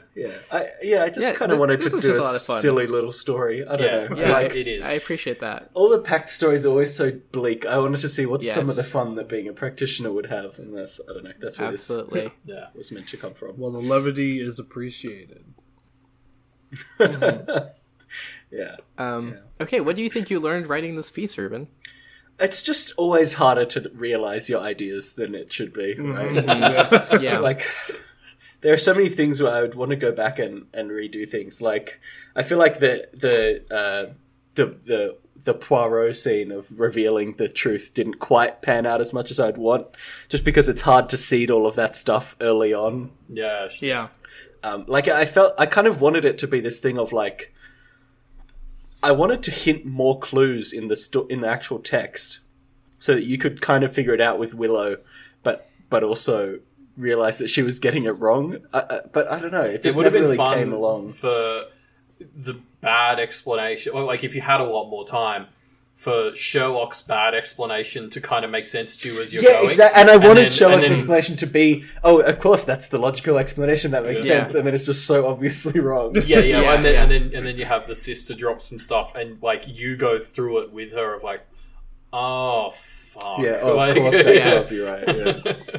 What I thought was I wonder if there's maybe a fine line you could do with that, where this is on the over the top side, but where it's over the top but just plausible enough that you're okay, yeah, that I mean, that's the only possible explanation, because we've only been giving so much information. Yeah. And then you have Dot be well, yeah. Well, actually, you just failed to notice two important clues, and therefore you went down the complete wrong path. It's I mean, you're pulling from Worm a little bit there, right? Yeah, true. Going down it's the wrong. It's a bit tattletale-y, I suppose. Yes. I was thinking that this is just a very bad tattletale. For a second, I thought that you were invoking the spirit of tattletale. That's in my follow-up fanfiction. We'll save the crossfix for our fanfiction segment later tonight. Because we read a couple. Yeah, sounds great. Jarvis, Tattletale's it's basically like a Sherlock Holmes. I mean, it's not Sherlock Holmes, the super villain. Yeah, her power's kind of super intuition, I think, is the best 2-word summary I've ever heard. Yeah. Wait, capture it, but it's pretty good. Where is Tattletale from? Worm. What's that? Worm. he's read up to Arc 4, so he should. So you do know who Tattletale is. Thank you. Oh, that's new. I'll need to give you a reading quiz. Okay. Yeah, prove it. Right. Where are the receipts? Let's move on to the next section. Totally. Okay, so we've read our stories, and they were fantastic. Thank you so much, Elliot and Reuben. I really enjoyed them. We'll be now we're going to be talking about 5 listener submitted stories. So unfortunately, we don't have time to read all those stories, and I'll post the links into the channel. Selecting Pact fanfic stories for this, but I felt like that was a little unfair, especially considering I had said that in the episode before. So we just rolled them normally, and I think 2 out of the 5 are Pact fanfic, and the other 3 could fit, or two of the others could fit. I know one that probably wouldn't. So we will be reading which one are we stories talking about from first? Kyrgyzstan, Sarah Penguin, Mark Silov's. Yeah, that's about it. Zedriana, and Kasubalu V2. Thank you to everyone. Thanks for everyone who submitted. There was also a lot of people who, there was just so many. Some people that I know wrote as well, which I thought was really cool, just because they saw me doing it. Also, this is an aside, but if there's anyone that I met on the conference that's listening to this, shout out to you. I know you didn't write. Hey, conference shout out. Yeah, but hopefully someone's listening to this episode. What is the conference? It's I don't know if I want to include this, but it's AWP. It's what's it stand for? Or a sniper rifle in Counter-Strike, I think. Austin Writing Conference. Yep, that's it. It's I forget what the AA is, but it's writers and programs basically. And so basically they just put together a ton of panels and met some fellow podcasters on there. So shout out to you guys, and hopefully we'll actually correspond and have a better relationship than one shout out. Anyway, so that's my little tangent. So we're going to talk about those stories. We are going to spoil them. So heavily. Please pause this if you're listening later on. If you're listening in the live stream, I'm sorry, you're going to get spoiled. Yeah, sorry.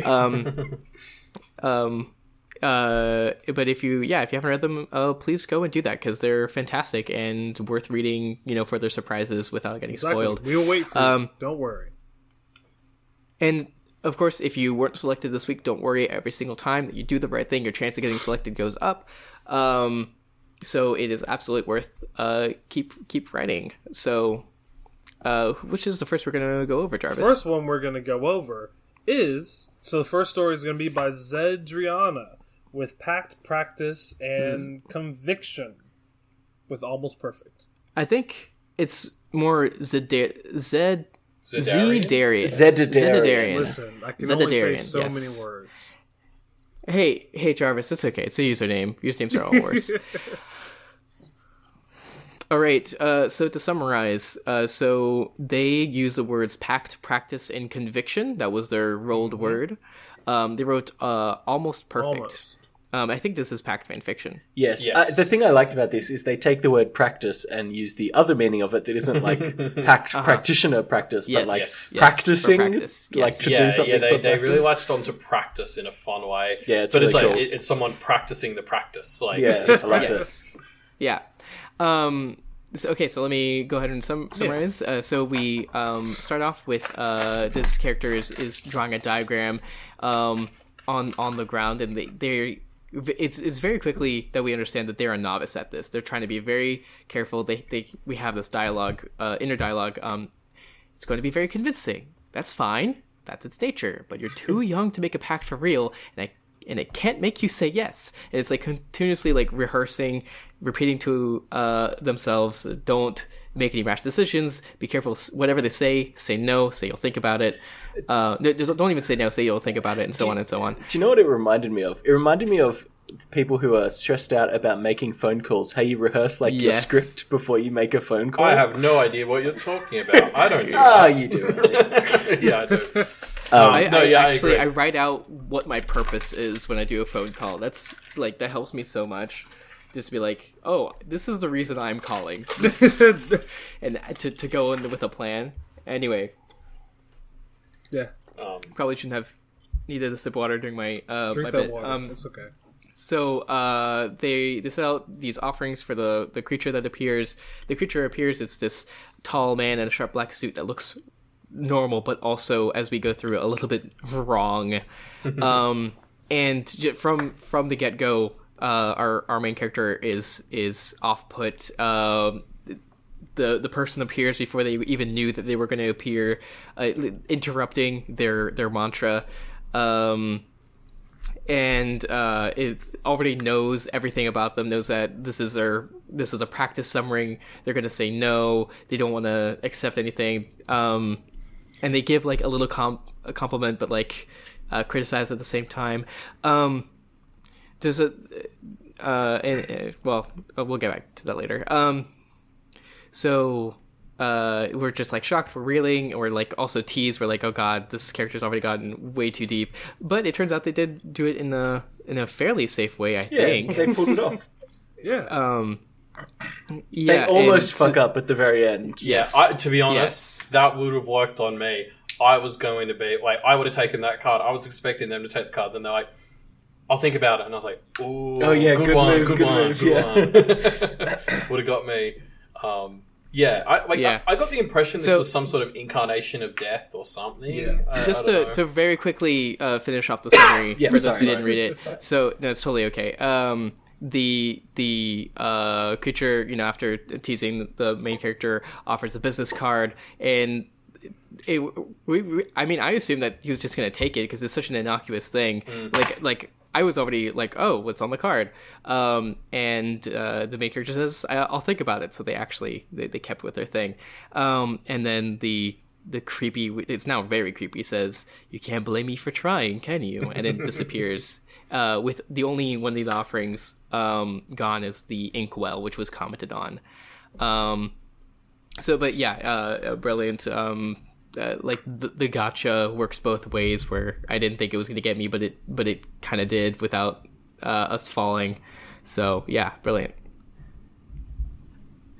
Yeah. There was one little part I was confused. I just wanted to see if you guys knew the answer already. Was when I assumed it was a demon. Because it was so, or something related to demons. Like my first thought was fairy, but then it was like so formal and dark and wrong. Like there's the description of the fingers at the beginning where they're like a little bit too long and slender. Yeah, and like long and slender is elven in nature, but they were wrong. And an elf and a fairy would not be wrong. It would be perfect, right? Yeah. So that's why I'm leaning towards demon, and then of course the business aspect, which is a very often demonic imagery even outside of Pact. So I did. Like there was big lawyer vibes. Like very very early Pact spoilers there. Yes. They gave off like the lawyers vibes. Mm-hmm. Yeah. Totally. The thing that I was confused apart was so it picks up the inkwell, staring at it intently, which is one of the offerings. Fascinating, he continued, something strange in his voice. 3 parts copper to 37 parts silver. Exactly 3 to 37. The precision is remarkable. So few impurities. You mortals must have been up to something this last century. And I thought that was really interesting, and this freaks out the character. That they think they should have bought an antique, but I don't know what that meant. I think it means they wanted it to be pure silver as an inkwell. But it actually seems like the fact that it was so specifically by chance 3 to 37 parts was even more interesting to this creature. Yeah, okay. I think it helps otherize the creature and show how old it is, that it's like, ooh, in the last century, which implies that it maybe hasn't really been summoned for a long time. And it's like, I think it's just helping to build up how intimidating this creature is. More sort of tactily than, just that this novice practitioner freaking out about it.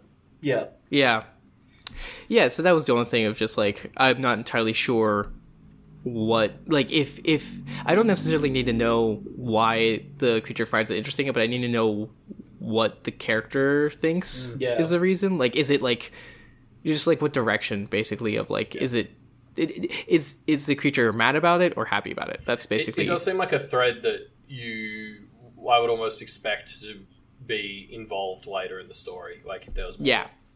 And it's missing at the end, but I don't know what that means. Yeah. Like, did they use it to escape and I didn't know? I don't think that's what happened, but... Yeah. But anyway, that's my one little critique of an otherwise really, really, really fun and cool piece. I love how the voice is so nervous. It feels so believable. Yeah.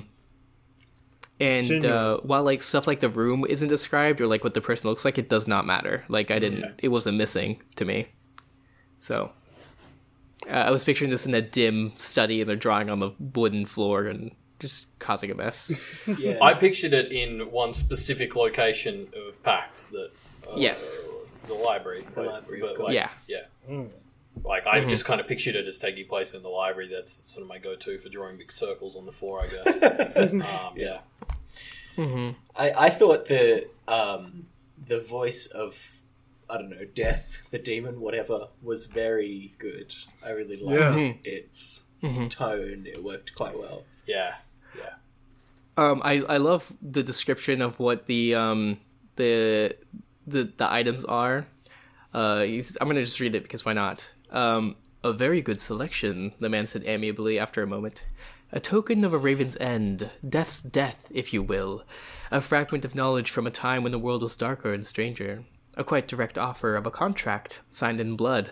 Although, if I'm being honest, I must admit that some might call that last one a touch guileless. And then we go to the inkwell. But it's particularly the raven's feather as a token as death's death, and I'm like, is it? There's so many mysteries there, like little ones of like, did the practitioner specifically like, use that as a symbol, and they were gonna like explain it, or is it like specifically like the calling card for this particular other that like to summon it you need that's death, and it lets you interpret it however. Yeah. So interesting. Yeah. Very interesting. Some really good stuff in this. Great, like evil villain monologuing sort of vibes. Yes. Yeah, definitely. This thing, Well, all right. I probably spent too much time on this already. But yeah, fantastic story, Zedidarian, and I think you're a new submitter, so thank you so much for submitting to us. So next up, real quick, their story got a comment from a bot. Yeah, what was that?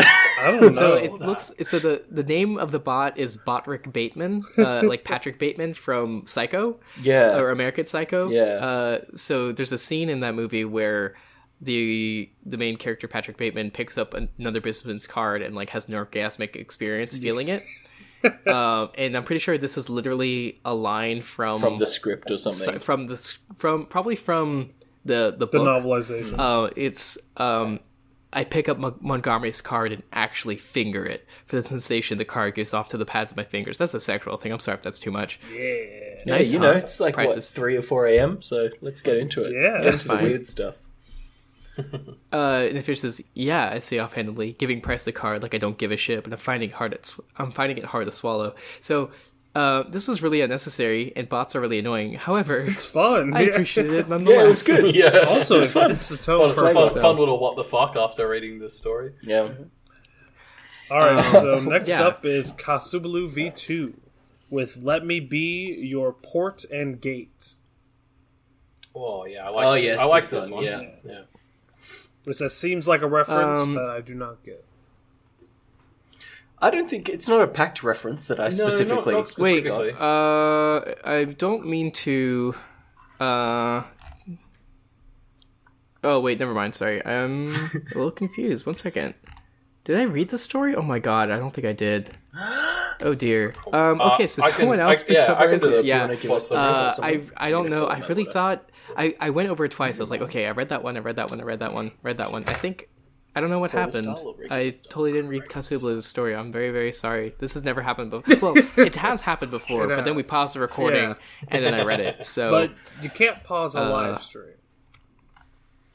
Yes, just if there's a behemoth out there who could just spare 5 minutes for me, I'd appreciate it. But well, so to dive in, so this is the story's called "Let Me Be Your Port and Gate," and it's around this practitioner, or it's based around this practitioner called Josie, and she's come into like this old workshop sort of what's the word I'm looking for? Where you have like kilns and stuff, like a a very like a boiler roomy type environment, and she basically invokes this spirit of crafting sort of stuff, and basically tries to take it on as a familiar, and seemingly succeeds the way the story sort of ends. I think that's like what I really liked about this story is it is just a very simple scene and premise. Like there's a one-word summary, which is just she goes down, she gets this spirit of creation or crafting, and makes it her familiar. But I think the writing was what really sold this for me. Definitely. the use of the rule of three and the way that Josie speaks so theatrically, and so does the spirit. Like, it really got me into the sense of like, oh, this is the practice. And I think the strength of this work was just Kasublu built like a really simple scene and just did a really good job with it. Yeah, definitely. I think like something I love is how visceral like summoning this familiar is, and I love the usage of onomatopoeia. I'll praise it to the day I die. It is amazing, and it's perfectly woven between really great bits of dialogue. And for the scene being so short and compact, it works so well because so much time is spent in like the area that it resides, and I really love it for that. Yeah. Looking at some of the dialogue, I very quickly read this, but I'm already focusing on some. But I really like how the language, like, you know, having read Pact, we know what some of this language is supposed to look like, and how this is twisted into the Forge language is really interesting. Yeah. The main character specifically says, you know, I've come to form a pact with you, but then repeats it. I would forge a connection with you. I might draw upon your power to fuel my own creations. A lot of little forgery like puns. the theatrics of it is really solid. Yeah, and okay, so I'm gonna read out the pact, the familiar pact making line, because I detected a rhyme, and I don't know if there's any others, but it goes, I would take you as a familiar. In exchange for your power, I will let you live again and share my life. What's more, I'll feed you spirits and others and powers 3, so that you may grow. I'm gonna edit on the fly. So that you may grow and bond with me. So powers 3 and bond with me. That's the rhyme I detected. This is my promise, my word, my vow. So I think that's the only rhyme in there, but it stood out to me, as you know, rhyming is always something to make it more powerful. So growing 3 times, I suppose. Yeah. Well, and I think just to yell out appear 3 times or something like that. Like, like there's plenty very of that. Very good rule of 3s, Starlings. Yeah. Very pacty. Mm-hmm. Yeah, I loved. I mean, I guess I'm comparing it to the previous story where we had this demon who was really strongly characterized. Here we had this kind of forged spirit that was very, very lightly characterized, but just seemed like this being of like heat and energy and power that I thought came across really well. Yeah, the language and the tone setting in this story is really strong. Yeah. Absolutely. There's so much stuff with heat. For those that actually, you know, took the time to read it, how was your reactions to that? I mean, that's the thing. I felt like the room was hot and steamy. You were summoning it yourself. And like, you know, that sort of claustrophobic sense you get in very hot, contained spaces. Coated in sweat. Or maybe that's just me, but like I felt like I was there. Absolutely. In like so many ways, I don't know why, but as I was reading it, I saw it as if it would play out on the stage with all the lights and sounds and gas. Just how, I don't know, as we continue to say the theatrics in it are over the top, and it works so well in its favor that, like, as I read, I too started sweating, which, I mean, that could just be me because I sweat a lot, but still. I really loved all the repetition in this story, like the summoning of this Incarnum of the Forge, it was called. Yes. I found so evocative. I really liked it. Just real quick, Lexicon Rot says, well, I didn't stick at all to the 30-minute time limit, but Pact, Fate, Broken Hill now has fanfiction. I'm looking for it in the thread, and I can't find it, and I really want it. It must that's very quick. Yeah, that's extreme. I mean, it's not that quick. It's been like two hours, Elliot, since we finished it. Still, yeah. But in real time, that's crazy. Lexicon, well, thank you so much for that, Lexicon Rod. That's amazing. Yeah. Well, chuck it in. I'm so happy for this crossover, I guess. It's kind of a crossover. It's between, a crossover, yeah. Crossing dimensions. Podcasts. That's fascinating. Okay. But fantastic story, Kasublu V2, and I will go back and read this and give this the proper attention. I'll leave a comment. How about that? Wow. The phrasing of that really sounds like I'm like throwing a bow. Jeez, no, I didn't minimum. Here, I will. Thank you, Matthias. You're so generous. Jeez. Oh gosh. All right. So next up, sorry, I probably blew out the audio. Next up is Marx Lux with stabilization. Miraculous. Oh, maybe it's miraculous. Miraculous. Yeah. I don't know. Miraculous. So I did read this one. So this is called stabilization. This is another great. This really uses the repetition really well. It starts off with, this is the 129,854th time I failed in achieving full stabilization. And then describes how they have to do these rituals until some kind of a colored siren, a red siren in the first case, crashes into their awareness, shuts them down. Last backup 2 steps ago, cause of failure unknown. Suggested optimization is a bunch of characters that we don't know what they mean. And then we skip just the next one. Starting off the same way. This is the 129,855th time I failed in achieving full stabilization, and it goes on. With this time, they are able to trace the rim of distant galaxies. Each of their eyes aching for a sip of the energy out there, basically. And then that shuts down. It starts up again. This time, a blue alert rather than a red alert. And they're staring at the stars, and they want to go out there. The Great Filter, which is a for context, the Great Filter is a concept of, hey, if there's so many planets and the chance of life is so high, why aren't there so many aliens out there? Why isn't it chock full of people? And one of the answers, other than like they're hiding, is there's a Great Filter that actually decreases the amount of aliens that get to go to the space faring state. Anyway, so then we skip really far ahead. This is the 137,832nd time I'm attempting stabilization, and we have skipped a lot far in advance. There, we went from 100,000 to 5 million. Yeah, it's like 50 times. Well, not just in time, but also in like actual progress. The character now has this swarm that's completing a containment array that's starting to power them, and they're getting stronger and stronger. And then I think we skip even further ahead. They've maybe they're not stabilized yet, but they're closer to it. And they're scouring the universe and trying to find signs of life until they finally get a green alert. And it's punctuated with each word. They feel a smirk, and they've found something. We don't know what that is, but it's clearly something hopeful. I think there's... It feels like it's life. Right? Yeah, there's something earlier where it says it's scouring, looking for the other life, and so I think that's what that's meant to entail. Yes.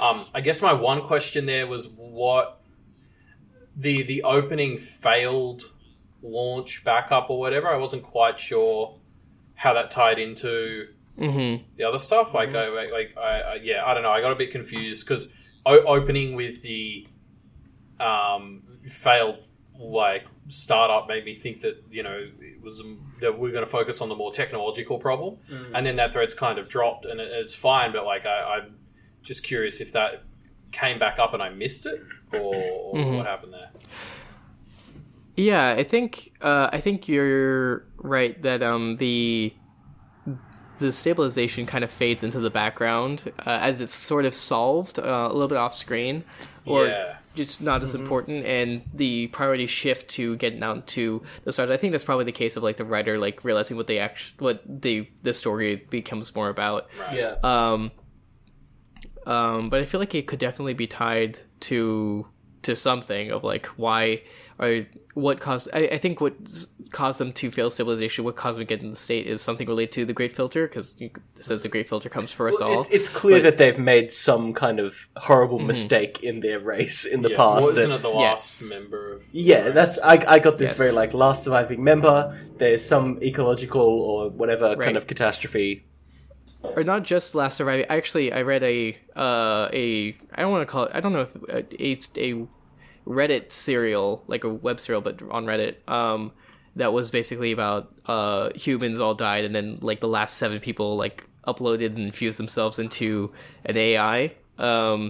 And then the AI tries to take revenge. So this reminded me of that a lot, where it's like a last representative of the race, but also their race probably wasn't like AI either. Yes. Yes, definitely. Or, yeah, it's like a bit of like 17776 vibes. Yeah, football in the future, for sure. Mm-hmm.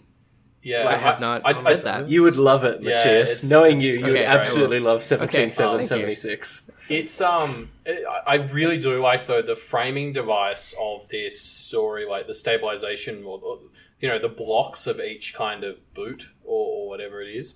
Like it's a really solid mechanic for just letting us sort of jump through time and see all these little pieces. Like I don't know, I really liked it. It sort of hooks you in. It's like, oh, what's happening? And you each block you get to kind of solve a new mystery of what's happened between now and then. Mm-hmm. And in this one, I think something really good is how we have all these separate. Oh, okay, sorry. Sorry, that was me. I was just sending you a link to 17776. You full on added me. Oh, it's important. Okay, I'll be right back as I go read this. Yeah, go read it. We'll come back to you. What I think is really good in this piece is the beats that are the like particular phrases that are set up. The failing stabilization is one, but also the alerts, right? Yeah. Those are things that we come back to, and it's like a little piece of language that we're like, this is an important thing. We're going to pay attention to this. The thing about the speed of light, I think, is another one. So it echoes itself. Yeah. I think one thing that I really enjoyed beyond the story itself was the organization of it. Every single last line is spaced out, and it's just like a single line. And also with every boot, the actual blocks of text gets longer and longer, which also adds to the progression of this being. And I really like that. I mean, it's a really small detail, but for me, it just really, I don't know, it really stuck to me. Yeah. All right. Well, fantastic story. Miraculous. Yes, that's how I'm going to say it. Miraculous. Sure. Why not? Thank you for submitting. I know that I think they're a new submitter as well, so I really appreciate them joining us. What's the next story, Next up is Kyrgyzstan with Fulfillment. Yes. All right. So this one was a sequel to Kyrgyzstan. Yes. Oh, was that it? Okay. I felt like there was something I was missing from this one. I guess that's so last story was about Jorah and Tad. Tad being a human who is very boring, an accountant kind of person, and Jorah is a fairy who joined up with the humans to have fun, which Tad is not supplying. And last time, it apparently wasn't intended to be Pact fanfiction, but it works. So yeah, I think that's it. Kyrgyzstan barely had to change the focus of stuff to make it like kind of instantly slot into like a Fae sort of situation. It was great. So it's just a continuation of the last one. So we have Jorah, who's the fairy. I love the fairy in the selection just because they're so fun. They really capture the imagination, don't they? So at the beginning, Jorah talks about how Tad slipped in the woods and touched something of the fairy by accident. An innocuous golden bauble had rolled out from the underbrush, totally by accident. And Jorah was like, haha, he's going to be free because now Tad's going to die. But then we cut to Tad's perspective as Jorah is wheezing in the corner. We're back into the normal life where Tad is with very using a lot of really of tropes in a good way. Tad is a banker and has to approve or reject applications for loans, and even though this one particular client has been a reliable customer for years, it's perhaps due a little leeway. He stamps them rejected just because their collateral is not good enough, or one property's assessment was a few months out of date, and the animation for stamping rejected on the form is unnecessary, but it's satisfying. It's just like, It's what horrible. an asshole. Yeah, he's such a dick. He doesn't have to do this at all. He just takes joy in it. And so he literally just has Jorah folding laundry, he's folding socks, and all his socks are the same exact kind of pair. And because it's more efficient. Because it's more efficient, and Tad suggests that as for variety, perhaps next year he's going to switch over to gray gold toes rather than black ones. So like, it's not only the most boring trade possible, but it's from black to gray, which is like an even more boring color. Yeah. So yeah, like I think this story has a lot of fun with like how boring Tad is. Like. And it's great as well, sort of switching it to this moment. And I kind of got this from the first one as I read it before this, but like Jorah is not a good being, presumably. Yes, like it's a fairy, right? Yeah. But even in the original, it's like Jorah's primarily here to like fuck with people and turn to these. But like he basically got sidled with this boring rule follower who isn't giving him any opportunity to fuck over his life, and it's kind of this like they're this perfect pair to torture each other. Like it's the ultimate odd couple. Yes. And it's kind of like, well, you feel bad for Jorah at the same time. It's like, well, you're a monster. So Well, yeah, the worst torture for a fairy is monotonous, repetitive things. So it's like the perfect punishment for this evil creature. Yeah. Yeah. It wasn't clear to me the first time I going through this that this was a dream that Jorah was having, and then he got woken up. I know it didn't quite click for me the first time, and then Was it a dream? And then then the second time I was like, that's what it was. So I think I think Yeah, it was I'm sort not of sure subtly introduced that it was a dream, and it was maybe too subtle for me. Yeah, I'm not sure that's a dream either. We're shown the scene where Tad finally messes up and is going to be killable, right? And I'm not sure if maybe he just got out of that and like an opportunity for him being killed never came up, or if it is a dream, or if Tad is actually like Jorah is just biding his time and like, but soon he's gonna have his. What makes you murder. think it's the dream? Just the way right after there's the like section break. The way Jorah's sort of wheezing in the corner, like I don't know. I got the impression it was maybe a dream, and just because Jorah like opens his eyes after, yes. And like he hasn't really acted on what I would assume would be his opportunity. Like the way it's phrased in the dream, in the first bit, makes it seem like he's been waiting for this, and then it does seem that he's like, he had a moment of a daydream and he got a bit excited, and then he's back to his monotonous life. Yeah, well, I think that's like that. It's like just a fun view into the life of Jorah. Is like he's dreaming about this day, and then it's like, no, can you fold my socks that are all identical, please? I mean, okay, but if we can just quickly, identical socks is great because you don't have to worry about making pairs. All the socks pair with each other. But I'm you so on board also here. should have fun socks for fun times. Well, I think what's funny about this is it doesn't seem like Tad specifically against the idea of fun socks. You could build fun pairs. The problem is that it took Jorah seconds longer to find the pairs, and that's just inefficient. And it's like, it's just so like I just love how it characterizes Tad as just this like embodiment of boringness. He is a working stiff. Like I've journeyed to my socks so here's the socks I wore the other day. It's socks with the statue of David on it, with the full nude. So I don't know if people on the stream can see it. Censor that, quick! Oh no, that's real quick. Oh wow, yeah, full. So that's funny. We'll bleep that out. Fun socks. Yeah, we will. We'll blur it out live. This is 10 seconds delayed. I've already did it. So, okay, fantastic story, Kyrgyzstan. I really appreciate it. I said I wanted to see more of them, and you delivered. So I really appreciate it. Yeah. All right. Next up is Sarah Penguin with a familiar bite, with apparently minor pack spoilers. Yes. So another Pact fanfiction. So we got lucky on the rolls. So we start off with these two sexy women. I mean, that's the way they're described, right? So we start off with a little green dress, enough to show off more cleavage, a slit in the side exposing her left leg, stopping just high enough to show she was wearing nothing underneath. Her partner in crime wore a red dress that reached her knees. And so they're planning. They're the two of them, the green and the red, are planning to go into this man's home, Mr. Jacobs. Shake him up. And they do the typical introductions where they promise not to harm each other while in his home. However, you have to pay attention to the wording, and that'll come up later. So one of the two of the women is familiar, and so we have the implication that I believe Gwen is the implied familiar.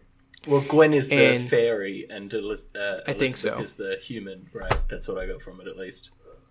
Yeah, I believe so. It's been I read it when it was posted, so it's been a little bit. I'm just really quickly checking that, actually. This is the kind of stuff you get to see watching it live. While Matisse is doing that, we've got 2 donations. Let's do some donations. Oh, nice. Okay. Do that. We got a $50 donation from Meth Style Twitch, who says, dang. I'm just joining, so buttsack, referring to what fan art they want. But if you've already done the Wonder Goblin, I'd love to see Podrick. And I think we got a buttsack in there. So we'll add Podrick there for you, Meth Style Twitch. We also had a $49.29, very specific, donation from Vice Versailles, who says, Aussie, I haven't read Pact yet, and I have been told explicitly not to by my brother for the sake of my mental health. Having studied it extensively, is there anyone you wouldn't want to read the book? No? I mean, I think there's nothing in there that doesn't, like, nothing kind of sort of triggering in there that isn't seeded beforehand a little bit. So you'll be able to see if something's starting to get triggering to tap out. If you've read Worm or the other Wildbow works, you kind of know the sort of darkness. I don't think it's anything worse than that. I think it definitely is a story that, like, kind of pushes you down. Like, it's very dark and kind of bleak, I think was the word we sort of started using. And it comes together at the end. The ending's worth it, though, right? The ending, like, is great, but I get, if you are someone who's not going to enjoy the almost a million words of being beaten down to get there, then maybe it's not for you. Yeah. Or just pace yourself. Like, I went in bursts as I alternatively caught up and fell behind the Deep Impact podcast, and that actually helped a lot, I think. I never felt any pacing issues whatsoever, and I think it's because, like, every couple of weeks I waited a week or two. So... Yeah. Or after reading like 4 arcs, I would stop for a week. Yeah, I think that works. Yeah. There's nobody here, Jarvis included, that I wouldn't recommend to read that. Absolutely. Real quick, I just want to very important notation that we are currently at 69.96% to 2000. So nice. Nice. Well, nice and Easin. It's nice backwards. Oh yeah. I'm doing a 96 joke. Good. You're fired. Terrible. Really bad. Okay. So I'm going to continue. So I'm going to continue. Cut back into the episode here.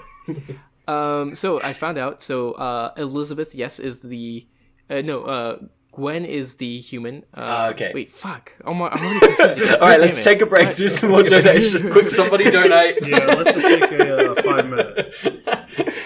Yeah, take a $5. Yeah. I'll cut some of my confusion. So I believe Elizabeth is the practitioner. Is the vampire that's not a vampire, and Gwen is not, but it's implied that it's the other way around at the beginning. Anyway, going on, so we go in and we have a lot of this really cool tense back and forth where they're like offering each other hosting stuff, but like it's clear that like in any other circumstances they would immediately kill each other. Yeah. And they're being really harsh against each other. Jacobs's familiar is like just a servant and not at all like an agent. Unlike these two, where they're partners very clearly, and normally, I think Zay, which is the servant, takes the form of a wombat, which that was a nice little touch. Yeah, nice. Loved it. Not very fancy for a fairy. So they have some political talk, but we're again reminded over and over of how Elizabeth just being real creepy, talking about virgin blood is great for skin, want to feel. Most people think of sex when they hear virgin, but when it comes to blood, the only thing that matters is untouched by magic. Don't you have a couple of daughters? They're young enough to not have been awakened or practiced yet. Yeah. So are they still virgins, or did you pop their magical cherry? That's like horrible. Yeah, it's and he gets upset and says, "Don't speak about my girls that way." So Gwen, who's not the familiar, stabs the Mr. Jacobs is familiar, so incites violence immediately. And we get some cool world building of how the blade is done, and then Elizabeth walks. He calls them forsworn, but because of a loophole and what they talked about, they're fine. They never lied. And Elizabeth goes and reveals cloven hooves, razor sharp talons and fangs, and bites him in the throat and starts drinking his blood. Yeah. Even though she said earlier she doesn't need to drink blood or something like that. She doesn't need to, but she just wants a nice snack. Yeah, a Bob Han Sith, not a vampire. Which I think they're actually, I think those are Irish as well, or they sound Gaelic. Like I actually, yeah. I think they are like, which is interesting because you brought up that there's a fae in this. Like, if this got expanded, I'd love to see more play off the fact that they come from the same mythology as fae, so there might be history there. Yeah, totally, like a deviation or a divergence. Yeah, or anything. Just to finish off, she's drinking his blood, he's powerless, and then they're going to go get his daughters and draw a bath implied of blood, which is, Jesus Christ, it's horrible. It ends with word of advice, tell them not to scream or struggle. She likes that. And I was like, Jesus. Yeah, so I guess it's worth saying, if you're okay with this story, then there's nothing worse than this impact, I think. Yes. Yeah, this would be quintessential. This would be basically up level there, horror. I like this as a kind of like, it's not quite true, but like, you know that Keanu Reeves movie Knock Knock? Yes. Yeah, so Keanu Reeves is this husband, and then these two like college age girls come in and they need to, while his wife's away, and they're like, oh, we need help, like our car broke down, and they sort of seduce him, and then they turn out to sort of be like psychos who are going to try and murder him because it's justified because he cheated on his wife with them. Sure. It was kind of similar vibes to that here, like the way that these two women kind of like use their sexuality, I guess, to come in and kind of play this guy, and then go murdery psycho. So what's interesting, what I find interesting about that dynamic is that when they first come in, I'm like, fuck yeah, women using sexuality to be powerful, it's awesome. But then as the conversation goes, we're like, these women are really hostile, and this guy is like just trying to live, and then they're threatening his daughters, and I'm like, okay, and then they do a betrayal and then go off to murder the daughters. We're like, okay, these were the bad guys the whole time. So yeah, I was I thought that was an interesting way to do that, and how we were won over by this. It's a pretty quintessential like honorable guy kind of thing. Yeah. Honorable man, capital H, capital M. So. Yeah, I thought that was really interesting. Yeah, I also quite like that. I like the way that you're never really on anybody's side, in my opinion, in this story. Yeah. Like, maybe potentially on the side of the guy at some point towards the end, but even then, it's kind of like, it doesn't feel like any of them are good people. It feels like this weird interplay of people who are all a bit evil. It's Pact fiction. Yeah, exactly. That's Wildbow. Yeah, true. But so summed up. Yeah. I feel like we should at least do one other thing, because I just spent so long in the summary. I feel like I've talked about this a lot, but I haven't actually. Yeah, I mean, obviously, again, like, it's another story with a great thing. The word usage, like, I didn't catch the loophole, but you go back and read it, and it's like, oh shit, there Classic it is. Pact Like stuff. Yeah. Well, okay. So that is actually a little bit of a critique of mine, is that I couldn't quite figure out what that twist was exactly. The twist was that the ones that we thought were human/other were the other way around. Okay. Right. Okay. And therefore the loophole of it's not that my familiar isn't going to hurt you. It's that because I don't have a familiar, because I am the familiar. You know. Okay. So basically, they were like, me and my familiar won't hurt you, but it's. Oh, okay. So sorry, I'm figuring out as I go. So she said, "Me and my familiar won't hurt you." So basically, she swore not to hurt him unless she gets hurt back, which she did, and her familiar never swore to anything. Well, because she doesn't have a familiar. Yeah. Right. Or yes. Okay. Her owner. Yeah. Yes. Okay, that makes sense. I get it. It did take me a little bit. It wasn't like, I mean, it was spelled out, but it wasn't like reasoned through at the end, and that's why I think I had such a trouble. But or maybe it's just by bad reading comprehension. We'll see. So you decide. You decide. You know, if you want to disregard my advice, that's totally valid. You know, you can do that. But yeah, okay. So anything else we want to talk about in this story? No, I it liked was it. Again, fantastic. I love all these. Yeah, and there's so many other Pact fan fictions in here. I haven't read some of the more recent ones that got submitted, but I was really, really, really impressed. I can't wait to read more. Especially, so I'll finish Pact, and then naturally I have to decide to read more, and I'll read those. So but by the time this episode comes out, I'll read at least a few. Yeah. So. Well, I think since we've already talked about the listeners' submitted stories, it's high time to say thank you to every single asshole who sent in not only a story, but also sent us a little bit of a comment. Yeah, I'm not going to go through all the comments this time, but everyone that sent a comment, you guys are fantastic. I appreciate you guys so much. You keep this community alive.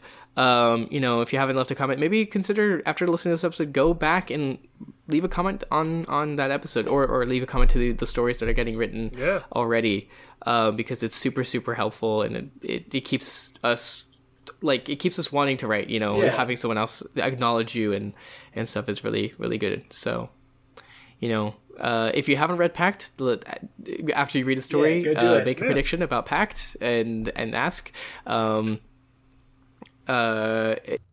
So upon beginning edits of this episode, I realized that we actually did not give a shout out to the writers on during our stream. So I'm going to be doing that now. So if this sounds a little bit weird, it's because this is in a different time, and Elliot and Reuben and Jarvis are gone deep into the past.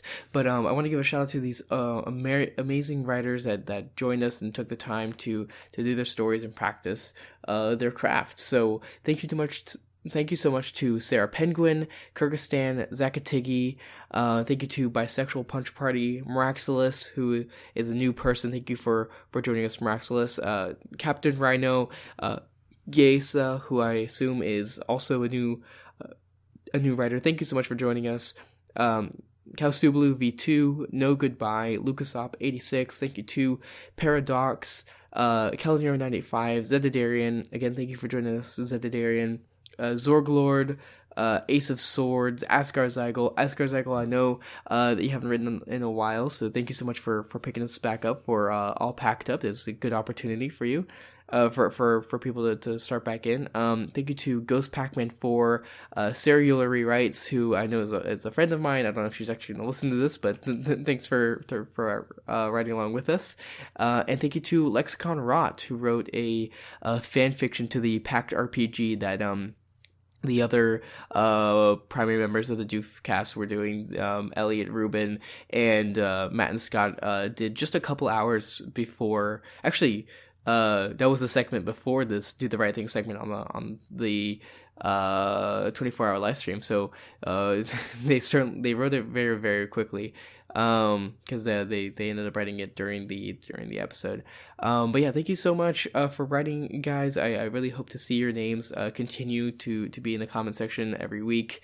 Remember, all you have to do is go to subreddit, sit down for 30 minutes and write with the words, and then you get a shout out, because you guys are amazing, and I'm really happy to see people practicing their craft. So back to the let's time travel back to a couple days ago. So if you want to be like all these amazing writers, the way to do that would be to go to reddit.com/r/do the right thing and to leave your story in a comment there. All you have to do is set a timer for 30 minutes and then use 3 of the 4 randomly generated words that we'll announce at the end of this podcast. And if you're wondering how can I see these words as soon as possible, I just heard "and" Jarvis. And? I just heard "and" Jarvis. Oh, yeah, sorry, Jarvis, you cut out after "and." And it's okay. If you want to know how you can see these words as soon as possible, have a whole week, hell, maybe 8 days to write your story. That's not. Then maybe you should go to our Twitter, which is @WriteThingCast. Yeah, that's where we'll post the words and the episodes. And if you mention our podcast, we'll retweet you. So, I mean, just make sure we're added. Yeah, so that we see it. Because I always miss that. Because we need publicity. So, and the other way you can reach us is at our email, which is writethingcast@gmail.com. I'm trying to get better at answering emails, but we haven't had any since I last complained about that, so it's all good. And of course, we're part of the Amazing Doof Network, which is putting on great stuff like this. Elliot and Reuben, please plug everything that you guys do. We love you guys. That's the problem. By the time this comes out, we don't do anything. What do we do now? You do Media MD, right? The main way to catch up with us is to check out our podcast, Media MD, which is our main podcast, our only podcast now. You can find the details for that on the Doof Media Network or at the Media MD Twitter, which is @MediaMD Podcast. Yep. Nice. Yeah, and of course, you should go back. You should read Pact, first of all. This is do the Pact thing, right? You should, then after you read Pact, you should, or while you're doing it, you should listen to Deep Impact, which I found it was wonderful. A whole analysis on every single chapter. It was fantastic, and I love all your little bits. I only regret that I didn't participate more, but I was so out of sync with y'all, and then busy when I was in sync that it. Well, we've decided it's an annual podcast now, so of course you can tune in for the next part. So you can expect Arc 1, Episode 1 Bonds tomorrow. Yep, we'll be back recording again tomorrow. That's right. That was a lie. Can you guys, real quick, mention what stuff of this live stream is going to be posted in places that people can see? Yeah. That they might want to see. Yeah, so I think we're going to try and get as much of the video as possible on YouTube in chunks. And as well, there are various segments that we will be uploading to the Deep Impact feed. Yeah, we're doing an interview with Wildbow, who's the author, and that will almost certainly go either on the feed or on YouTube or both. Amazing. Yes. So hopefully everything will be on YouTube, but at least like some of the bits will be on our podcast feed as well. Yeah.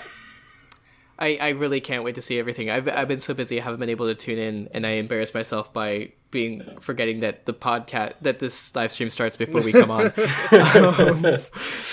There's all kinds of good stuff going on. That's funny. Yeah, no, I can't wait to see. I only caught the tail end of the Pact RPG, but that's definitely getting a lot of fun to listen to. Yeah, it's going to be fantastic. And that, I mean, you could just, even if you haven't read Pact, I'm pretty sure you could just start listening. So. Yeah, it's not super spoiler. I mean, it's not spoilery at all. It's different.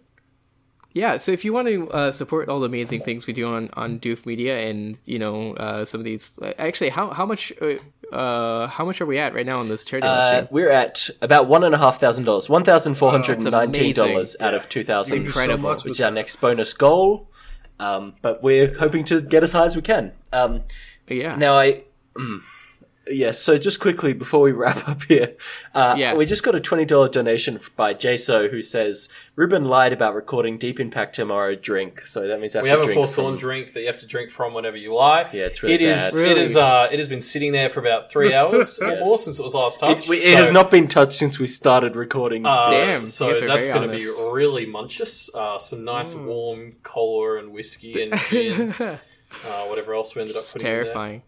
Yeah, whiskey, gin, and Coke. I think that sounds delicious. Wow, that's a concoction. Yeah, nice and warm. It's a brew.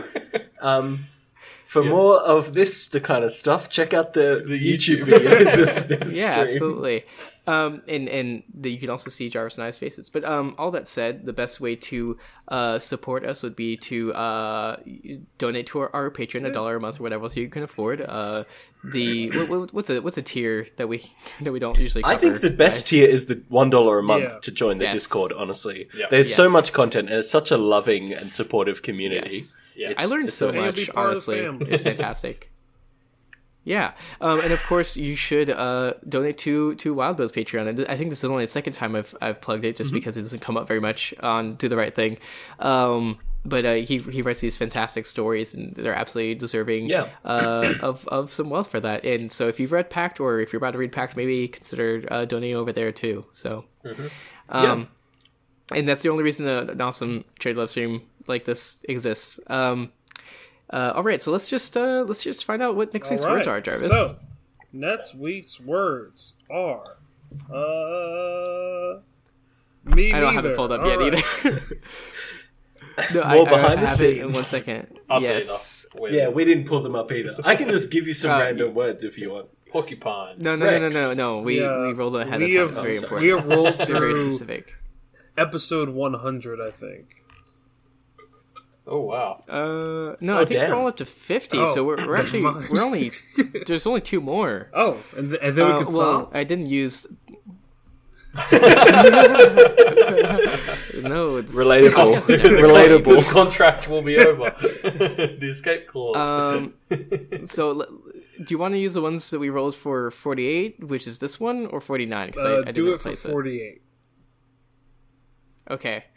So next week's words are notify, control, motion, and dusty. Control, motion, and dusty. So notify is to let someone know, or to get known something.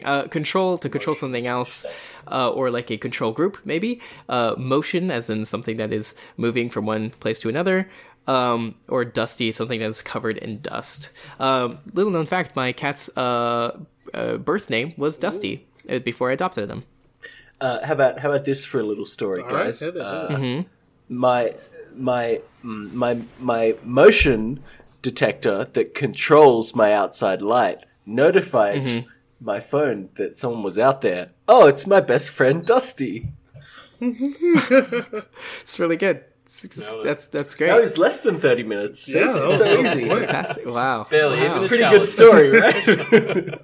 So for next week, I'm going to write a story about my first trip to a liquor store. And I asked them to notify me when they have buttercream Chardonnay. Nice. He's holding up a bottle up to the screen. Because it is delicious. Now, some people say that a white wine has a dustier flavor than its red counterpart. I do not believe this to be true. People say that. What are the other words? I think notify control emotion. Yeah. Every time that I drink too much, I start to lose myself. Like I'm flowing through in the music. emotion. The moment you want it. Did you use control? But it's okay. Yeah, you didn't actually say control. It's all right because I make sure every morning to buy a baguette, and through eating that baguette, I can regain control over my motor functions. That's how it works. You lost control. No. The baguette was very important to the story. We have to keep it authentic, right, boys? Okay. So I actually I have a little known. I'm here to notify you. I actually have a little known superpower. So I actually have the power to control the motion of dust, which now might not be that effective. But anytime you see like sunbeams, and you could see the dust, that's me. That's me using my dusty powers to do cool tricks. So I would say I'm pretty powerful. But just watch out. That's all I'm saying. You didn't say notify, did you? Yeah, I did. Yeah, right I'm here to notify you. I was drinking the Forsworn drink. Sorry. Elliot, you're the last one. Shit. Oh yeah, I should have been preparing. You had all this time. Hit us with the best one. All your stories were too encapsulate. Uh-huh. Yeah, okay, this is a good start. I'm notifying you. It's your turn. I tried to notify the controllers about I don't know, the dusty cobwebs. Yeah. But there's too much bureaucracy, so there was no motion on the issue. There we go. We did it. Wow. Congratulations to everyone for the most boring set of words we've ever done. And that's the final episode of Do the Right Thing. That's it. We're closing 48. Yeah. All right. So we hope that this helped everyone. You should do the right thing. Do the right thing. Pact thing. Do the right thing. Do the right thing. Do the right thing.